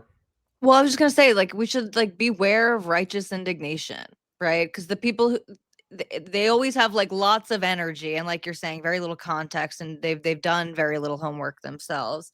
And we should be aware of that, and we should be aware of that on both sides, because I think we see some of that on the right, and we were seeing some of that kind of like after Charlie's murder and stuff like that, of people on the right basically saying, like, we're gonna go against what we hold to be our standards, whatever, because the left is just so bad that we need to punish them, and then so that it'll go back to normal. And yeah, I don't know, righteous indignation, it feels really good, and that's why we should be beware of it. Basically, it's a drug. Well, And you start to do things because you feel like, it's okay. Sorry, go ahead. no, you're all good. I think speaking of righteous indignation, I want to talk about the 33-day shutdown. We're currently 2 days away from this being the longest shutdown ever. Well, 35 is the record, so I guess we'd need 3 days to get to the longest ever. Obviously, the most recent development is that Snap has now run out of money, but now there's court orders, federal judges saying that there's contingency funds that have to be used, but then DOJ lawyers saying it can't be used. So it's got some confusing stuff, but I kind of want to lead off our discussion here because, of course, the blame game is still flying back and forth. Who's to blame? Republicans, Democrats? I want to lead us off with this clip here. Let me see if I can get this going. Boom. Okay. I believe this is the House Minority Whip for the Democrats. So what would that be? The number 2 ranking member of the entire Democratic coalition in the House. Here's what she had to say about kind of where the Democrats are regarding the shutdown. I mean, shutdowns are terrible. And of course, there will be, families that are going to suffer. We take that responsibility very seriously. But it is one of the few leverage times we have. I mean, shutdowns are terrible. So, for all listening at home, it's super bad and terrible, and we hate that it has to happen. But it's the only leverage that we have, and so therefore we're going to keep, I guess, using the American people as our leverage to try and pry out concessions from the Republicans. And I want to play one more clip really quick, just to give the vibe of what vibe I get from that quote. Some of you may die, but it's a sacrifice I am willing to make. Yeah. The thing is, she's right. It is a lever. The thing is that if you're right, when you're in the minority, you have limited abilities. And the thing is, you're right. A government shutdown when it's not filibuster proof is technically a thing you have. But the only thing that's annoying is when they try and say that, no, we're not doing it. Because if you think it's a good enough idea, if you want to say, look, because the thing is, they could be right. Imagine if really what they're trying to add in was truly like most important thing you could possibly imagine to anyone in person. Then you might actually say, you know what, you're right. It sucks this is going on, but this is a fight that we're having. It's time. Unfortunately, it's one of the few levers they have, and this is so important that we have to. Yeah. Then he goes. Then I go. We'll shut the government down. Why? Because it's that important. But don't tell me you're not doing the thing you're doing, because then I'm just going to roll my eyes at you and walk away. Right. It totally. Yeah. You can't have it both ways. It could be defensible, right? We might not necessarily agree with what they think is, so important that they need to use their leverage in this case. But it could be defensible if you would stand on business. I mean, there are so many things in this conversation that brought me to the analogy to the Gaza war, because my mind is there a lot. But like the people who justify the war, right? There's some people who are against the war and calling it all of these things. You can justify the war and you can say, yes, it is terrible, and still we have to do this. It is important, this is whatever risks that we need to take. But you can't say that and then say this is the Republican shutdown. It's like so silly. It's really childish, and it should be a little bit insulting, I guess. And she almost maybe sounds like she accidentally said that. Like, I don't know if she feels like she slipped, or her delivery was apologetic in that way, right? Where again, if you're going to own it, you need to stand on it and say that it is necessary and worth it. She did. Her statement her statement was correct. She said, she goes, look, I'm sorry it's happening, but it's one of the few leverage we have. She's admitted we're using our leverage. Thing is, again, I don't think she's going to shout from the rooftops, hey, everyone, it's a Democratic shutdown. I don't think you have to label it yourself. But the only thing is, like I said, the panel that Gen Z and Ryan, that panel you guys were on, it's not a big set. Just go, who's the one shutting it down? The Democrats. Then you can argue over whether it's worth it or not. Right, but they won't even say that. I get what you're saying, right? They don't need to say this is a Democrat shutdown, but they're also they are affirmatively calling it a Republican. We're not shutting it down. They are. Right. And he says, right. Okay, so then what do you want? That goes, even when they said, like, come to the negotiating table, negotiate. What are you offering? Because you can't be to not shut down the government because you're telling me you're not doing it. So what do you want? Like, you're saying you want to negotiate. Goes, well, I want this thing, or what? Or nothing, apparently. Okay, then that's nothing to do. He goes, then what is it like? That it's such a bizarre way of framing it. Just saying, like, I don't know what to do. Like, goes, it's like talking to someone where I know what you want to talk about, but we can't get there if we're going to pretend like just nothing's like object permanence doesn't exist. He goes, yes, you're doing it. No, I'm not. Like, well, then I can't talk. Then negotiate me. Negotiate with over what? Over the thing I'm not doing. Yeah. Like, I don't know what to do. I don't know. Like I said, it's why you get stuck in that conversation. You're instead of having a debate about, is it worth shutting down the government for this policy? Is that policy so important? You instead get a conversation about, like, hide the ball. No, I'm not. I'm not doing the thing I'm doing. I'm doing it, but I'm not doing it. But I am doing it, but I'm not doing it. They took a hostage and they're yelling, "You made me do this," which, you know, I guess maybe in movies sometimes works out, but in reality, it's pretty obvious who took the hostage typically. And it's like they're taking the hostage and saying, "No, I'm not. I don't have a hostage. You do." Well, right. But the thing that's particularly dangerous about it, though, is like, I am a big fan of the filibuster. I think it prevents our government from doing a hell of a lot of stuff, but I think that's actually good because our government, we're very divided people right now. Mm-hmm. Like, I don't think 51% beating 49% of the country with sticks is a good idea. And the filibuster is one of the few things in place that prevents it. And the thing that worries me about the current posture of the shutdown is the Dems are basically daring the Republicans to break the filibuster. Mm-hmm. And I'm just going to say this right now. Like, I'm a big filibuster stan. I think it's a good idea. I don't want to get rid of it. And if the Republicans did tinker with the filibuster, they would be foolish to do it in a narrow way. Because when the Dems get back in power, whatever you do with the filibuster, they're going to come around and they're going to redo to you. So if you're going to get rid of it, eliminate the Department of Education, pass a whole bunch of laws, like do stuff.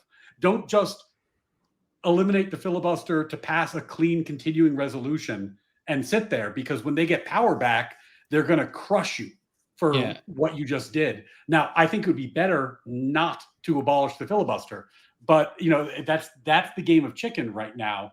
And that's a scary one, because I think a world without the filibuster could be a very dangerous one. I wouldn't agree with you. I'm thinking, like, what should they do with it? The answer is, I mean, if you get rid of it, the thing is, you're kind of doomed. Doomed if you do, doomed if you don't. Because if you say, well, let's get rid of all these departments.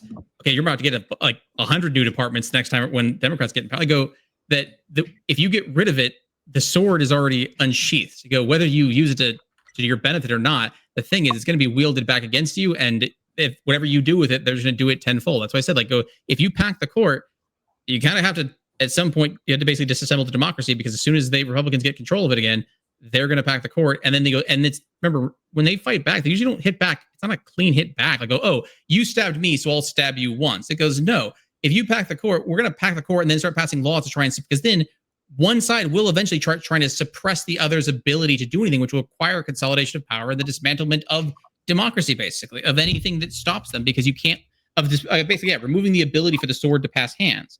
And once that's, like I said, that's why I believe the whole court packing thing is far more dangerous than anything Trump has ever done, which is also why I'm going, like, that's my fear. My fear is going, like, are you really, like, he's gone in literally 3 years and you're ready to dismantle the entire country now? Like, I'm seriously, like, if he did something, fine. But the idea of saying, like, trying to play up every little thing to being apocalyptic so you can dismantle the country, it's going, like, I don't think you know what's on the other side of that wall. I don't think you understand how bad it's going to get, which is why I'm saying, it goes predictable results. There's no thought of what will happen afterwards. I think it's important that I get it now, and I have no thought of. And there was even, I think, a point. Sorry, just one last thing is just to say that when it came to people wanting to prosecute Trump, the whole immunity thing, is it that none of them, and even if you try and talk about it, they have no thought in their head that it would never, it would never be used against us. What are you talking about? I can't think of us, like, no, we don't violate laws. I'm like, you sure? You're really certain this won't harm you? You don't think this is, nah. He goes, convince me of how you'd convict Biden. I'm like, I can't convince you. I don't have to convince you. It goes, and if that's what you think, no. It'll only be used against my enemies, never be used against me. Like, God help us all. Yeah, and just a tiny thing, just to make sure I was as clear as I can be. I do not support breaking the filibuster. I was merely saying that if you did and then you just did it for the CR, that would be insane, because then you're going to see when the Democrats are back in power, they're going to pass a CR, and the CR is going to attach single payer health care as an amendment and just jam that through at 51, right? So it's like, if you're going to do it, do it. But like the half measure is worse than the half measure is worse than basically any outcome. But the best thing is not to break the filibuster. So hopefully they stand firm on that. And that's an observation I started making, I think, a week or two ago now. And Ryan, I know you've been retweeting me on it, but saying that I'm starting to suspect that one of the main goals that the Dems are shooting for here, aside from just showing the people, look, we're standing up to Trump, we're fighting Trump, aside from Schumer's personal political feelings of like, oh man, if my polls kind of suck right now, I need to show the people that I'm standing up and fighting. Aside from that stuff, I think one of their other goals has been to try and bait the Republicans into nuking the filibuster, just cause enough stress and hassle, and just keep saying over and over again, it's Republican shutdown. They have all three branches of government. The Democrat Twitter kind of said that literally every single day, that Republicans have the House, White House, and Senate, so therefore it's their shutdown. And it's just it's stupid, because they know better. We all know they know better. They know how the filibuster works. They know they need 60 votes to pass anything in the Senate. All the talking points about, have Republicans in the House even been on Capitol Hill working? It's like, that doesn't matter. The House has already passed the CR. It's the Senate that needs to pass it. It's just a bunch of hand waving, obfuscating away. But I think really, truly, one of the goals they've tried to essentially bait the right into is this: let's bait them into nuking the filibuster first, so that we can go hog wild when we get back in. And initially, right, I was very solid on like, well, there's really no appetite at all on the right for that happening. But then I was sent this by our good friend North, sending me Donald Trump's post about it, and I kind of want to get y'all's thoughts on it. Just how you feel. Obviously, reading here, because of the fact that the Democrats have gone stone cold crazy, the choice is clear: initiate the nuclear option, get rid of the filibuster, and make America great again. So, what are our thoughts? Does this change how we feel about the right and our stance on the filibuster? What are y'all thinking? No, and I'm so proud of them for not like that so far, or at least from what I've read, each one's going, yeah, no, it's not even all like, it didn't even go like, oh, I'm thinking about it. They go, nope, pretty firm on not getting rid of it, which also, again, dispels the whole idea of saying like, well, everyone's in a stranglehold against Trump. Like, if they don't get rid of the filibuster, actually, I guess I've said that a million times. The number of times I've had to say where it goes, someone tells me how unhinged and everything is, and then when nothing happens, they're like, well, the next one, they're still unhinged. So you're never gonna get a session. That even this is still gonna be like, oh my God, the entire Republic, even if they don't say no filibuster, let's say they even give in to the Democrats at some point. At the end, it's still going to be like, yep, it's completely captured by Trump. It's a MAGA cult, and they all follow him willingly into the depths of hell, except apparently the filibuster, and apparently they'll give things up. And like it goes, there's always a plausible deniability or something like that. He goes, they're giving them just the crumbs, but they know the true cult is still in control. Like, yeah, no, I completely agree. Like, thankfully, Trump put that post out. That was already like a week ago now. When was that? I think 3 days, maybe 3 days ago. Okay, sorry, time is warped, but all good. Yeah, thankfully, no one picked that up and ran with it. Like, no one even none of the even people that could be called sycophants. Like, there is no movement now on the right to try to get rid of the filibuster, and I think that's a good thing. Yeah, so I'm not concerned about that. I think it would be a mistake, right? I think we're all here agreeing that it would be a mistake if the Republicans did get rid of the filibuster. And they shouldn't. It's funny because the left talks about framing and holding the frame. The right needs to, the Republicans need to make sure that they don't allow the left to frame it as to literally push them into the filibuster, right? Like, because the right won't break the filibuster, you guys aren't getting SNAP benefits, like this is The thing is that imagine there is a point where I suspect they will, like, if we went on like 4 more months, if we went on until like April, like there is a point when they might break it, but at which point it's not because of Trump anymore. The fact that if anyone's saying no now, then Trump doesn't really have a stranglehold. If they shut it down, they go, no, we will never, this government will stay shut down for the remainder of eternity. We'll blame you for it until you give us this or whatever we want, just like whatever we want for the hostage. Then my guess is eventually you will break the filibuster. Because if it was true, if the filibuster, let's say that we never passed, like, so that no budget was ever passed, basically the government will permanently shut down forever. because of that. Then eventually the answer is yeah, you kind of have to get rid of the filibuster, because as much as we like, I think it's a good thing. If our alternative is the country collapses, then I can't believe we were pushed to that point. Right. But the thing is, yeah, there has to be a logical point when you say breaking the filibuster is now necessary. I don't think we're there. But no, like, nowhere near it now. But I mean, but Yeah. I wouldn't say we're nowhere near it. Like, I mean, let's say this continued another 6-7 weeks. So we're in January, right? So the ACA subsidies have lapsed. As a matter of just practicality, they have lapsed, right? And the government is still shut down over the ACA subsidies, which have already lapsed, meaning that they would require a new law to reenact, even if you were going to do that. At a certain point, I don't think we're that far off. I mean, I think like if you this went on 2-3 months, I think that we would have to have a very serious conversation. Yeah, that count. I'm gonna say like far off. I mean, like it's not now, it's not today, it's not tomorrow, it's not next week, it's not the week after that. Like the thing is that I'm saying in terms of saying if someone's going to try and claim that like Trump is the one in control here, it should have like the filibuster should be gone now. And if it's not gone the next week or two, then I'd go like that. Apparently, like I don't know why you could ever call him in control, like have a strangle grip on the Republican Party if he can call a direct action to the people. All caps, everyone, get rid of the filibuster, and the Republicans all say, "Go fuck yourself." Yeah, and that was what frustrated authoritarian at its most powerful. Yeah, America's most powerful authoritarian. Fuck. I was just going to say direct order, and they said no. Yeah, that was my response back to North. Basically, was that isn't this kind of interesting though? How it kind of cuts hard against this idea that it's just it's authoritarian. It's MAGA. Trump runs everything. What he says goes. When you've got literally same day. It was John Thune, the Senate Majority Leader, saying immediately, "No, we're not going to do that."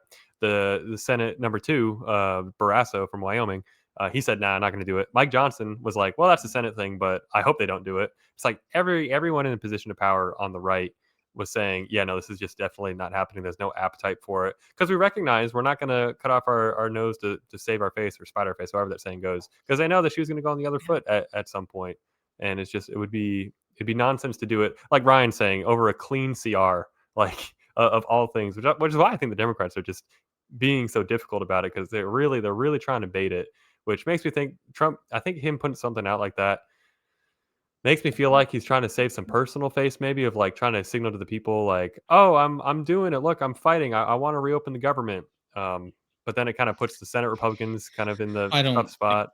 I don't even think it's that deep.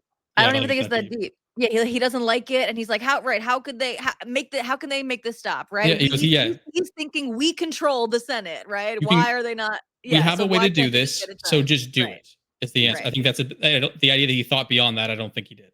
Yeah, that's fair. Yeah, and obviously he doesn't. It's not that pressing on him, right? He hasn't thought that much about it, or else he would be pushing on it, which he's not. He put out a single tweet. Truth. Yeah, truth. Or whatever. That's right. Truth.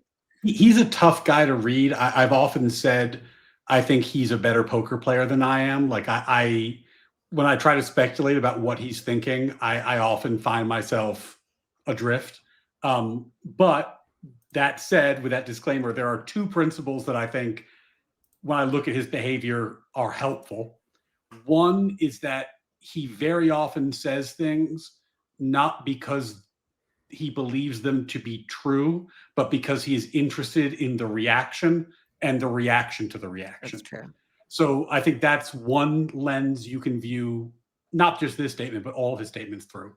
And the other lens that I've seen play out consistently is that he views a lot of these conversations and issues through the lens of relationships and leverage. So, I didn't predict it. I don't want to give myself like the Nostradamus hat, but when the courts blocked him from firing employees during the shutdown, which was a leverage play. Like that's what he was doing. He was saying, "Oh, you want to shut down the government? Great. I'll use this to fire all these employees I don't want." When that got blocked, then he started looking for new leverage. And I think that in some ways, this filibuster comment was that, where you're saying like, "Hey, if you keep this up long enough, I'm just letting you know, eventually something might happen." But who knows?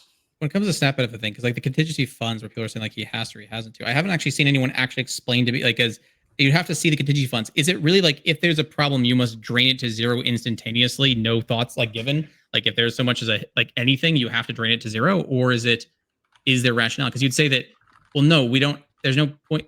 This isn't gonna. The contingency fund isn't gonna do anything. It's not gonna stop anything. That until it's the answer is to stop once the shutdown over, we'll redo benefits. The idea of using a contingency fund now, it's not an emergency situation.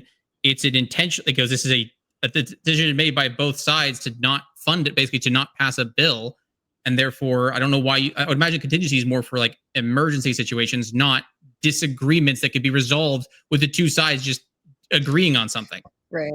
But again, I'd have to read the actual law. But no, so far each article I've read on it, everyone just discussed it in terms of there is a contingency fund, therefore you have to. Or the other one says like, no, that was for like emergency things. But no one actually, again, no one reads the law itself. No one cites to it. And no one cites like the specific rules or how it's been applied. But they don't get me wrong, they all have very strong opinions that they're absolutely right and he has to do it or he doesn't have to do it. Well, I wonder whether this is really going to be vigorously appealed, because like the truth is, there is some money in these emergency contingency funds, right? Sure. And if you appeal, you now have the optics fight of I appealed a court ruling to stop the government from paying SNAP benefits, which is a disaster. Yep. So I think an appeal is kind of bad in that sense. And also, if you pay the SNAP benefits in November, the contingency fund's gone.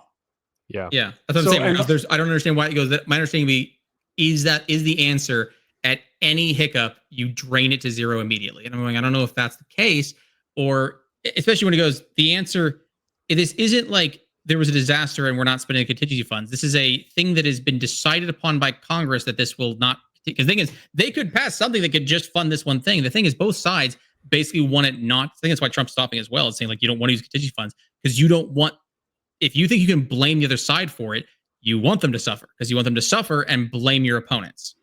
And so you don't, so no side wants the suffering to stop so long as they think that they can point at the other side and say the suffering is their fault. If we can pin it on my opponent, suffering shall continue.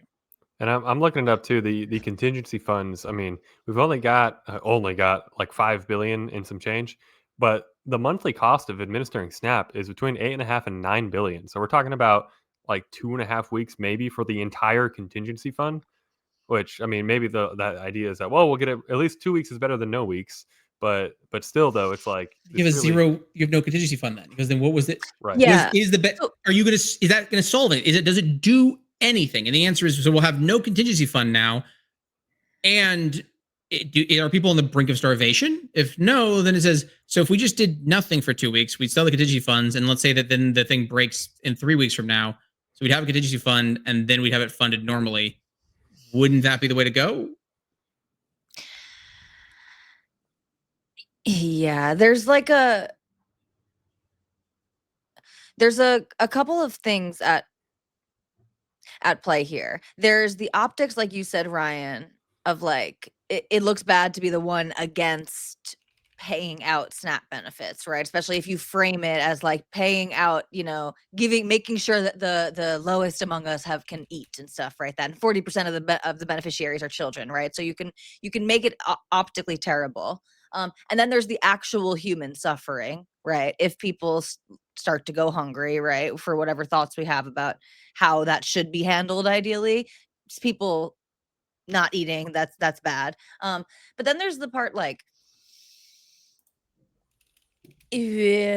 part of my turn away from the left and to the right was there's like more high decouplers on the right where we can have these uncomfortable conversations and say things that aren't very nice, and it's okay. We can just kind of like play them out and whatever. So I'm doing a lot of throat clearing here. Maybe that's the woman in me, but there's something like, what about natural consequences? Like, so the tricky thing about government is that the government gets to play and the people experience it and face the consequences, right? The reality is it's most likely not the families of these politicians who are going to lose access to their SNAP benefits, but that is the natural consequence. You don't pass the budget, you don't have funding for these things. We can't just bail, it's like it's a bailout essentially. And like you're saying, it's if we don't have a really clear standard of when we should be using that, it's imprudent to just use it on the first thing when many other things could come along. And it's like, in theory, if the people suffer, then their representatives will suffer, and that should urge their representatives to get together and make an agreement. Because, like you said, Zetsui, like this is entirely man-made, right? They are just choosing not to renegotiate, essentially. Even I cannot believe that even when I try and find someone cite the law, like they blur out everything with the one sentence that they want. I'm like, can you just? You're seriously not going to link me to just the law? Like, this is what's frustrating. It's like it says that the law says, the one thing that they extract this out, it goes that there is a portion of 3 billion goes 122 billion of which 3 billion to remain available shall be placed in reserve for use only in such amounts and at such times as may become necessary to carry out program operations, provided the problem is I can't read any more than that. And so there's people that go like, oh, I read that, so therefore again, that's like, you really think it's drained to zero instantaneously at an intentional at an intentional thing? Is that because the thing is it necessary? The answer is no, it's not necessary. You could just vote. The Congress could just vote. That would be an option, and we could just do it that way, but you won't. So it's like, I've intentionally made it become necessary. It's like, if you're doing it intentionally, it feels like it's not necessary then. Well, everything's necessary then. There is no such thing that's not unnecessary, because everything is, because even if I do it by choice, I've made it necessary by my choices. Well, that's why there's a lot of ways that Trump, if he wanted to play super hardball on this issue, could. Like, that language to be used in such amounts and at such times as may become necessary to carry out program operations. Well, there's other things the Department of Agriculture does. So, he could have for example, drained that money preemptively if he really wanted to, right? Or maybe there's some other use that fund might be needed to, or he could appeal. But again, I just don't see the utility in any of this. Like, I think ultimately the answer is you pay it. It's not going to cover it. I think if I recall correctly, the law says that when you can't cover the month, you have to reduce the payouts rather than paying in full and then cliffing. So it might be that they pay out less per cycle to make it through the month. But then you're out of the money anyway. Yeah, that's what I'm saying. It doesn't, and also it's not like anyone's going to give him any grace. It's like, if he drained it immediately, no one's going to be like, oh, well, at least he did that. No, they're going to be like, he drained the fund. I can't believe this. And now 2 weeks later, he let it drain. I can't believe he mismanaged those overflow funds. Like that, none of it matters. This isn't like, no one actually cares about this fund at all. Their only thought is can I use this to attack my opponents? If yes, then I'll use it. If no, then it doesn't matter. I do wonder, though, whether the Republicans are going to use this as an opportunity to have a more serious conversation about that program. Like, I mean, just that's what's sticky, because the conversation needs to be had, but I don't know. It's hard because maybe this is the right time because it's in everyone's faces, but then it's like a weird. Maybe you have to talk about it when there is leverage. I don't know. Over a quarter of it or something like that is being used on junk food. Can I share an anecdote? Well, also, what is it? It's something like 12. It's a pretty high percent of the population. 40 million, I think it said. Yeah, 42 million now. Yeah, that's like 12 something percent. Which is a ridiculous thing. It goes, why do we have a ton? Yeah. The federal government shouldn't be responsible for. It goes, even just from a standpoint of saying, like, are you guys really want to convert that kind of power over to the federal government? He goes, we're becoming more and more dependent upon them. Are you guys like, this doesn't feel like the federal government shouldn't have that many people dependent upon them for food? Well, it's massively inflationary, but that's not even like my primary criticism. Like, my primary criticism, and this is just a shitty anecdote, but the last time I was at trial, I had to go to a drugstore because I was in a different city. I was in Delaware, and I didn't, so I had to go to a different pharmacy. And there was a lovely woman with her family, and they were very nice people. And she was using SNAP benefits to buy things for Easter, which, okay. But what she was buying was these decorative rabbits for the house. Like, they were decorations. And she was talking to the lady at the counter, and she was like, can I use my SNAP benefits on these? And the lady said, yes, because there's candy in them. And it's not even like a lot of candy. There were like 5 pieces of candy in the $15 rabbit decoration that was like a toy.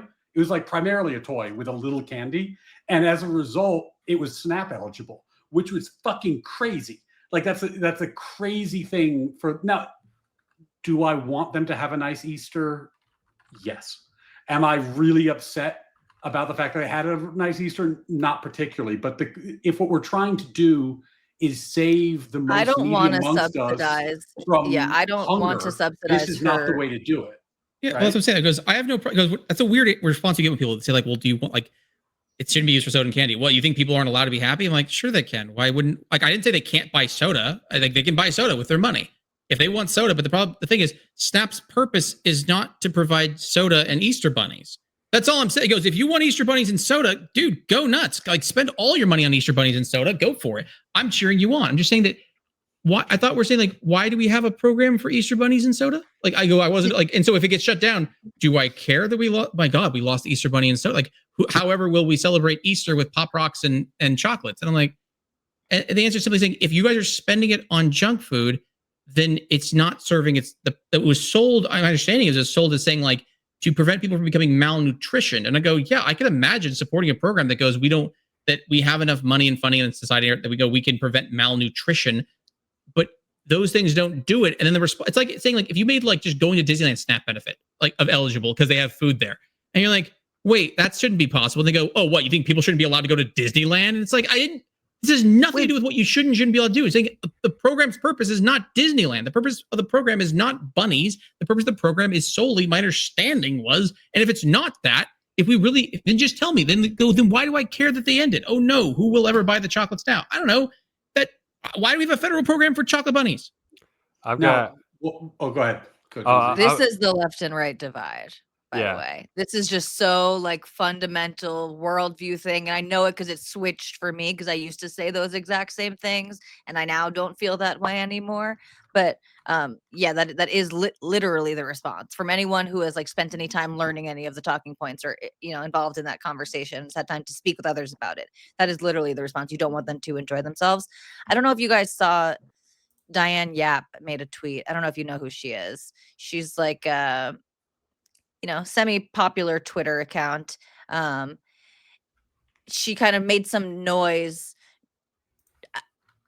She made some noise about like, in San Francisco, they were trying to like overturn the admissions test to like the special high schools because on the grounds of discrimination against Black and brown people. She's an Asian woman. And she was saying, no, basically these are merit based and Black and brown people just aren't getting accepted at the same rates. Okay. So that's the vibe of her. But anyway, she put out a tweet saying that SNAP should provide people with Nutriloaf, which is like the prison food basically that you get when you're like behaving poorly, which is high nutrient vegetables and protein and all the things that you need together in like a handheld little loaf that doesn't have a lot of flavor and whatever, and it's not meant to be for pure enjoyment. And like, okay, is that maybe a little much? It's a modest proposal. Sure. Right. But it's like, to your point, Zetsui, the purpose is to prevent people from reaching malnutrition, right? And Diane says too, it's like, and people are giving all these examples. Okay, but what about the person who it's not, so you're going to punish the children? It's like, well, no, it's the parents' responsibility, right? To get them out of this position in this upwardly mobile society that we live in and blah, blah, blah. And it's like, there are also, this is what like charities are for and private organizations. There are enough people out there who could take care of the people who are like actually indigent and actually can't take care of themselves and actually need all of this help. But there are, unfortunately, the system has a ton of abuses. And really, again, this is another thing that to me is just the huge divide between the left and the right. It sets up very poor incentive structures. And the left doesn't like to think about the incentives. They just want everyone to be happy, not to like, I know that's a real straw man, but that's what it feels like. But like you said, it's like you don't want poor people to be able to have fun. You don't want them to enjoy their Easter. Like, no, I don't want to. Do you want people's fun and food to be dependent upon Trump? The thing is, like, remember that when you turn this power over, if chocolate bunnies and soda are controlled by the federal government, then suddenly I get why you're like the level of like, my God, we must like authoritarianism, because if suddenly all of your life is suddenly being controlled, the more power the federal government has, the more horrifying it is. It's not, because remember here's the thing. Imagine there was no SNAP program and that people just bought food of their own volition, then this government shutdown would have no effect on people's nutrition in any way, shape, or form, because you wouldn't be relying upon the federal government to do these things. And so each time you turn over these things to the federal government, and especially when you're expanding the power of the federal government, suddenly the president is a much more scarier thing, because why do you keep giving the president things to do? If he was in a limited federal government, a government shutdown wouldn't have that big of an effect. The fact that it has a big effect means the federal government's way too big. And I think this is a tangential point compared to the meat on the bone you guys put there. But just to say it, when you subsidize the demand for junk food, which is what SNAP primarily does, then you're going to flood the market with cheap junk food. So you end up in this kind of like vicious cycle where people are asking like, well, how are people supposed to eat healthy when junk food is so much cheaper than healthy food? And that is a very serious problem. It's a real problem, and I think it's worth talking about. But SNAP is actually making that problem worse, not better, right? Because everybody knows that if you put out all this junk food on the first, second of the month, it's all going to get purchased. So the incentives, to your point, Tali, are all wrong long term. Yeah. Yeah, and I think what we need to keep in mind with a program like SNAP, like think of the acronym. It is the Supplemental Nutritional Assistance Program. It is not the replacement nutrition assistance program. It's the very design of it. It's supposed to be supplemental, so to help supplement your dietary intake, and it's assistance. It's supposed to assist, like supplemental and assistance. Those words are really operative there. And then nutrition too. That's also an operative word. It's supposed to be nutritional. And so when 3 of your 4, well, and I guess program, we can say that applies because it is a government program. But when your S, N, and A aren't really applying to the way it's being run, maybe it's time. Yeah, I think, Tali, you're right. We do have to have a serious conversation. I'm glad we got to that point. I was going to try and steer us there anyway to talk about kind of what can we do with SNAP. I did hear about the Nutriloaf proposal as well. I am probably, it sounds like I'm more open to that than you guys. I'm open to something to that effect. And listen, people were coming up with interesting rebuttals, like, oh, well, then the government has to like hire people to make it and store it and sell it. Like, right, but like but not necessarily. The government doesn't necessarily need to do that, right? Why couldn't it's the easiest, because the thing, it'd be easy. There are plenty of nutritional foods, even nutritional like frozen meals. There's plenty of them. Frozen green beans. There's plenty. We don't need to do Nutriloaf because, and the thing is, it's not supposed to be a punishment. I don't think it needed to be a punishment. No. It's just saying that like they're available. The thing is, the easiest answer is what exists. Well, there's frozen bags of green beans. Great, then add that to the list. It goes, they're covered. Rather than saying let's find Nutriloaf and find ways to get Nutriloaf people, just go, there are already nutritional foods in the stores. They can be marked as for this thing and others. Like it's a very simple solution. It goes, it doesn't cost much money. It doesn't require a lot of oversight. That there's certain things you just say, if you have certain food products, because again, my guess is any company would want to get theirs approved and just say, look, if you have nutritional food, go through our approval process. You get approved, and voila, it's cheap to the government and it can serve its purpose. I think that's a real solution here, is like basically like a bare bones care package that truly does cover your nutritional needs. Maybe it doesn't have to be as horrible as a Nutriloaf, but like, yeah, get your basics out there, and it can get shipped out either once a week, once a month, however, right? Like you said, kind of private companies can be brought in to kind of solve for some of those inefficiencies. But right, the whole point, and I'm actually doing a debate on Tuesday night on WIC about whether or not SNAP should subsidize soda and candy and junk food. So I'm going to do some more reading, some more research into it, but I'm taking the position, obviously, that it should not. One last thing on it, if you don't mind. Just so with these programs, what happens is people just want, so if someone just goes, I want the government to provide basically everything for everyone. That's why SNAP has nothing to do with that, because it's not serving the purpose that it has, but they don't care. They care about whether it gives them things, period. So SNAP, it goes, if SNAP, as I said, they'd probably be in favor of SNAP covering Disneyland. Why? Because Disneyland's fun for people. And it goes, that's why the answer is like, do you want people to not have fun? Do you want people not to have these things?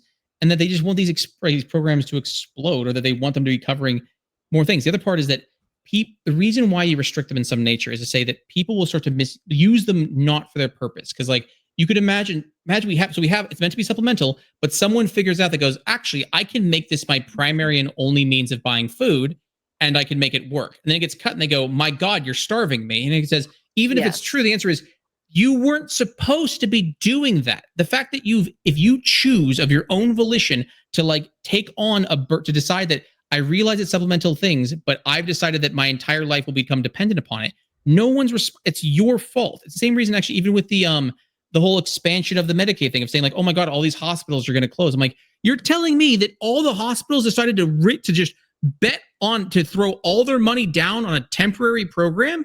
They all knew it would be ending in 2 years. And you're saying that every single one of them just decided to like set themselves with a bomb that says, if these benefits actually end, like we know them, we all die. And you're like, you weren't supposed to do that. And it's your fault that you did. I don't know why you did it. And I don't know why it's anyone's responsibility to make up for your choices. Sorry, bit of a rant. Yeah. Because they think it is the government's responsibility to still. So it doesn't matter whose fault it is, essentially, to them, right? The government still is responsible for this. And yes, there are a lot of people, even if you don't even need to like make it so nefarious, but there are, to the point that you made, Gen Z, was a great one of like spelling out what it stands for. It's not supplemental. And we can tell by their response that, like you said, that so people are responding with, I'm being starved now, or I'm about to be starved. Because for a lot of people, it is literally how they feed themselves and their family. And again, another just part of the incentive structure. Like I was working as a case manager at a certain point, and there's the very real problem of people like not there's an arbitrary cutoff, right? Income, right? And so people turning down jobs that could net them more money because then they're going to lose their benefits, and they've now become accustomed, right, to only having to apportion a certain amount of their money, right, towards their food, and now they would have to do more of that maybe it's not even that much more income, right? And so they actually are losing a lot, and so the incentives are all wrong. You have people who are like perpetually underemployed or unemployed because it's more costly to them, and it might actually be more costly, right? Because we've set them up with this like this false thing, right? It's not sustainable in that way. Well, And it was never meant to be sustainable either. It's not meant to be a permanent fixture, and that's like with so many of the handouts, right, that the government gives, is they were never meant to be permanent, and they become permanent fixture in so many people's lives, generational fixtures in And people's just lives. to provide because we talked about this, an example of how the system could be improved, and maybe Gen Z, you can use this in your debate. There's an organization called Meals on Wheels that I'm familiar with because I did some work for them in a professional capacity a few years ago. And they provide meals primarily to seniors. And during COVID, they really ramped up their program because a lot of people were struggling, and they became a much bigger program. Now, the thing about an organization like Meals on Wheels is because they have a certain donation base, and they're trying to provide as the maximum number of meals possible with the dollars they have project managers and people who are in charge of logistics who buy food in huge bulk. And then they use that bulk to get discounts. And then they package that into meals that they deliver to seniors. So the efficiency that they're getting per dollar is wildly different than SNAP, because they're A, buying healthy food. They're B, packaging it so that you're not going to have these problems where you have people buying junk food, but C, they are getting bulk discounts the way that any major supplier or restaurant or retailer would get. And all those efficiencies are baked into their program. So there are better solutions out there. Now, that doesn't, I think that doesn't mean we should do nothing, but doing what we're doing doesn't make a lot of sense. I think just kind of a funny irony I've seen with this whole debate as well is we just got off whatever it was 2 weeks ago, the massive 8 million people, no kings protests, fighting back, saying America shall not have a king. And here we are 2 weeks later. Please, king, please feed the masses, feed the poor people. We need food to survive. Only Trump. Trump is the only one who's feeding us all, everyone, and he's not doing it. So blame him. Like, yeah, you guys seem to want him to be. You guys want the president to be a king. You guys just don't. Promise you just want him to be a king that does everything you want. Like, I'd rather just they don't. But then also too, Zetsui, you made a point earlier about how folks on the left would probably support SNAP funding Disney World trips, and on the surface, folks might think that's just a ridiculous straw man hypothetical. Well, my good people, I present to you the future soon-to-be mayor of New York City, having commentary on the World Cup in his view, because it's coming to the United States. It's going to have some games in New York. He says he's calling on FIFA to end dynamic pricing on World Cup tickets. That's right, price control on the World Cup. Petition Game Over Greed also demands FIFA reinstates a cap on ticket resales and set 15% aside for tickets for local residents at a discount. So Jesus Christ. yeah, so he's made it officially part of his campaign to say that I don't like that the World Cup is expensive and working class people are probably not going to be able to go. So therefore, FIFA, if you want to be good and moral and just, you have to artificially slash your prices so that the people that I like, my voters, can go to the game. So for everyone thinking this is just some crazy, ridiculous straw man, no, this is legitimately where the left is at right now. And as people can try and dismiss someone like Zohran Mamdani, but I think this truly is where the core of the Democratic Party is at. Because here's my hot take, my hot prediction. I think AOC is going to be the nominee in 2028, and I feel pretty strongly about that. And it's just that core. I think that core is just the ascendant core of the left, and we're seeing it with Mamdani. Obviously, election day is this upcoming Tuesday, so we'll probably have a lot more to talk about next week with the outcomes from that. If he does end up winning, looks like very clearly like he's going to. But Scalping converse. I don't know if you guys do watch Destiny. You guys seen his scalping conversations? My God, people. So even right there, like, so if you could sell it to local residents at a discount, what you've now created is a market of. Remember, if you can score something, let's say it's worth $1,000, and you try and you can score it for $50. Even if I wanted to go to it, I don't want to go to it. I'd rather not go and receive $950 in profit. This actually happened recently. That you guys know, if you guys have played PlayStation, the PlayStation put out like a 20th anniversary edition or 30th anniversary, one of the 30th. I don't know, either one of those things. And it was like $1,100 over like $1,000, something like that. And I wanted one because I thought they looked cool. And then I got my friend of mine. He was able to get one of the codes, and like we had made a deal. It goes like we'd let each other have like help each other get a code if we couldn't get it, or get one of the pre-orders. And when he got one, and we realized they were going for $5,000, I said, "You don't have to honor." Like I was like, "No way, I'm not," because now suddenly I feel like I'd be taking $4,000 from him if he didn't sell it. Because I want one, I don't want it $5,000 worth, and I'm not going to take a $5,000 value thing, even though I want it, because I'm like, it is. Because now, if you take that ticket and go for the $50 and you don't sell it, you've given up opportunity cost of $950 if it's actually $1,000 ticket. That's why scalping exists, and that's why he's trying to like limit resales. Because the problem is he's going to run to a fight where people are going to want to be able to resell their tickets, because people are going to get real angry if they go, I can score a ticket for $1 and resell it for $10,000, and Mamdani's the one stopping me from reselling that ticket. Let me resell my ticket. Because you will always get that effect. They'll find some way to scalp it because there's so much uncaptured value, because the person who's going to be going for the $1 does not care. And the person who's worth $1,000, the person who bought it for $1 is going to want to give away that ticket desperately to the person who would have paid $1,000 to it and try and collect that. And all you're doing is just transferring the profit, and like, sorry, scalping drives me nuts. Like people's arguments about it. Yeah, I have not been watching Destiny since I think he said that I'm of low moral character and not worth talking to, or something along those lines. So that I think that there's a rift there, but who knows? We might mend fences one of these days. But I do think it is worth celebrating anytime anybody on the left is willing to just say, no, this socialist nonsense, the incentives are wrong, this is dumb, we're not doing it. And I think we should be shouting that out when we see it, because Who's doing that? Not very many people. Not very Can you many name? people. Wait, I know, you like, name for any? example, I've been retweeting John Fetterman like endlessly during the shutdown, because I'm like, okay, there's one, right? Because And he's a total pariah. Yeah, but I think a lot of the left, and I called this months ago, has been using Orange Man Bad as a smokescreen to avoid having to articulate what's happening on the left, because there has been a civil war going on and the socialists are winning. Mhm. Right? That's what's It's happening. not even just the social. Yeah, I mean, well, I know we're talking like sort of economics here, so yeah, socialist, but it's a Marxist thing. It's a whole postmodern thing. It really, yeah, yes, and Neo-Marxist would be the more accurate term. yeah, there you go. And not to stray too far, but just to touch back to something that I brought up earlier with my concern about the alt-right, dissident right, whatever you want to call it. I do think they're ascendant, concerningly ascendant, in the way that the far left was ascendant and then took over the left.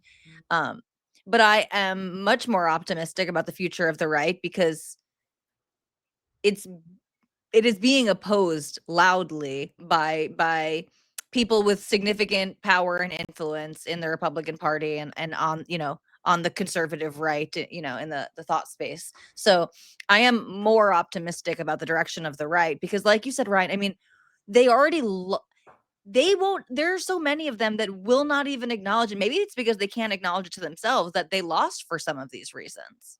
Like there is such a sense of denial. There is still so much cowardice. After the election, there were like two Democratic elected officials who like ever so slightly softened their position on males in female sports. Softened, like didn't even say like we basically were like, I think this should be a local issue. I understand why some people are upset about this, and got completely attacked. And now Seth Moulton, he was one of the people who said it. Now he's like overcompensating and being like you know, an extra sort of like woke left-wing populist. And Gavin Newsom was the other one, and since then, you know, he's not that he walked it, now that he's walked back his walk back, but you know, he's just as woke in every other conversation. He has a different face in every conversation that he's having, right? So yeah, the left is not addressing this issue at all, and in fact, they are succumbing to it. They continue to succumb to it. I mean, Kathy Hochul, like coming out and endorsing Mamdani. And someone pointed out, I don't remember who it was, I'm sure many people pointed it out, Mamdani has not endorsed her. And she is also running for re-election. Like, what a fucking cuck. She's out there and she's, oh, it's so pathetic. I don't know if you guys watched that rally where she was out there and she's like trying to put on her preacher voice, which by the way, AOC's preacher voice, so cringe. It is so painful. If you watch that video of her at the Mamdani rally without sound, which is how I saw it at first when it came in my X feed, and I'm sure I look like that when I'm talking on here too. But wow, it's yeah, so painful. There's no reflection at all. They are just being totally taken by this wave. And so yeah, I agree, Ryan. We should commend the left when that I don't see anyone on the left doing that. In fact, the only people that I see doing anything close to that do it, they will say it because they think that it's important optics, right?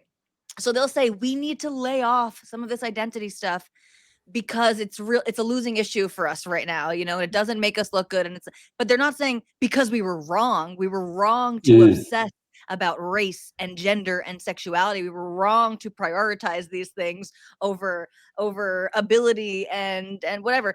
They haven't acknowledged any of this was wrong. The only people who are even willing to talk about it all are saying that it's an optical loser, and that's it. Well, this will be the test in 2028. If my prediction comes true and it is AOC nominee, then I think we'll all be vindicated and justified in our assessment now, which is that the crazies have taken over.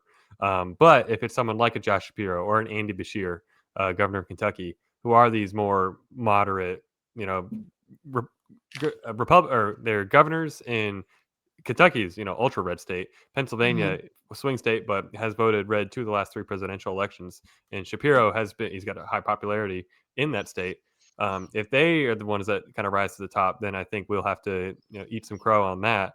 But I mean, does anyone have any? And that would be better. That would be better for our country, right? So Yeah, we would happily eat that crow. I would be delighted. You know, I mean, better state of affairs. I know, like Tali and I had a conversation with Polymath on X recently, and he called out Josh Shapiro. He was saying like, look, like Josh Shapiro's the kind of Democrat that if he was running, I might vote for him. Right. Like, I mean, and I think that is a healthier republic when the people that are running, you know, in the 90s, we used to talk shit about it. People would say like, oh, you want to vote for the puppet on the left or the puppet on the right? Well, now we see what it looks like when the left and the right really diverge. And I think we don't know how good we had it.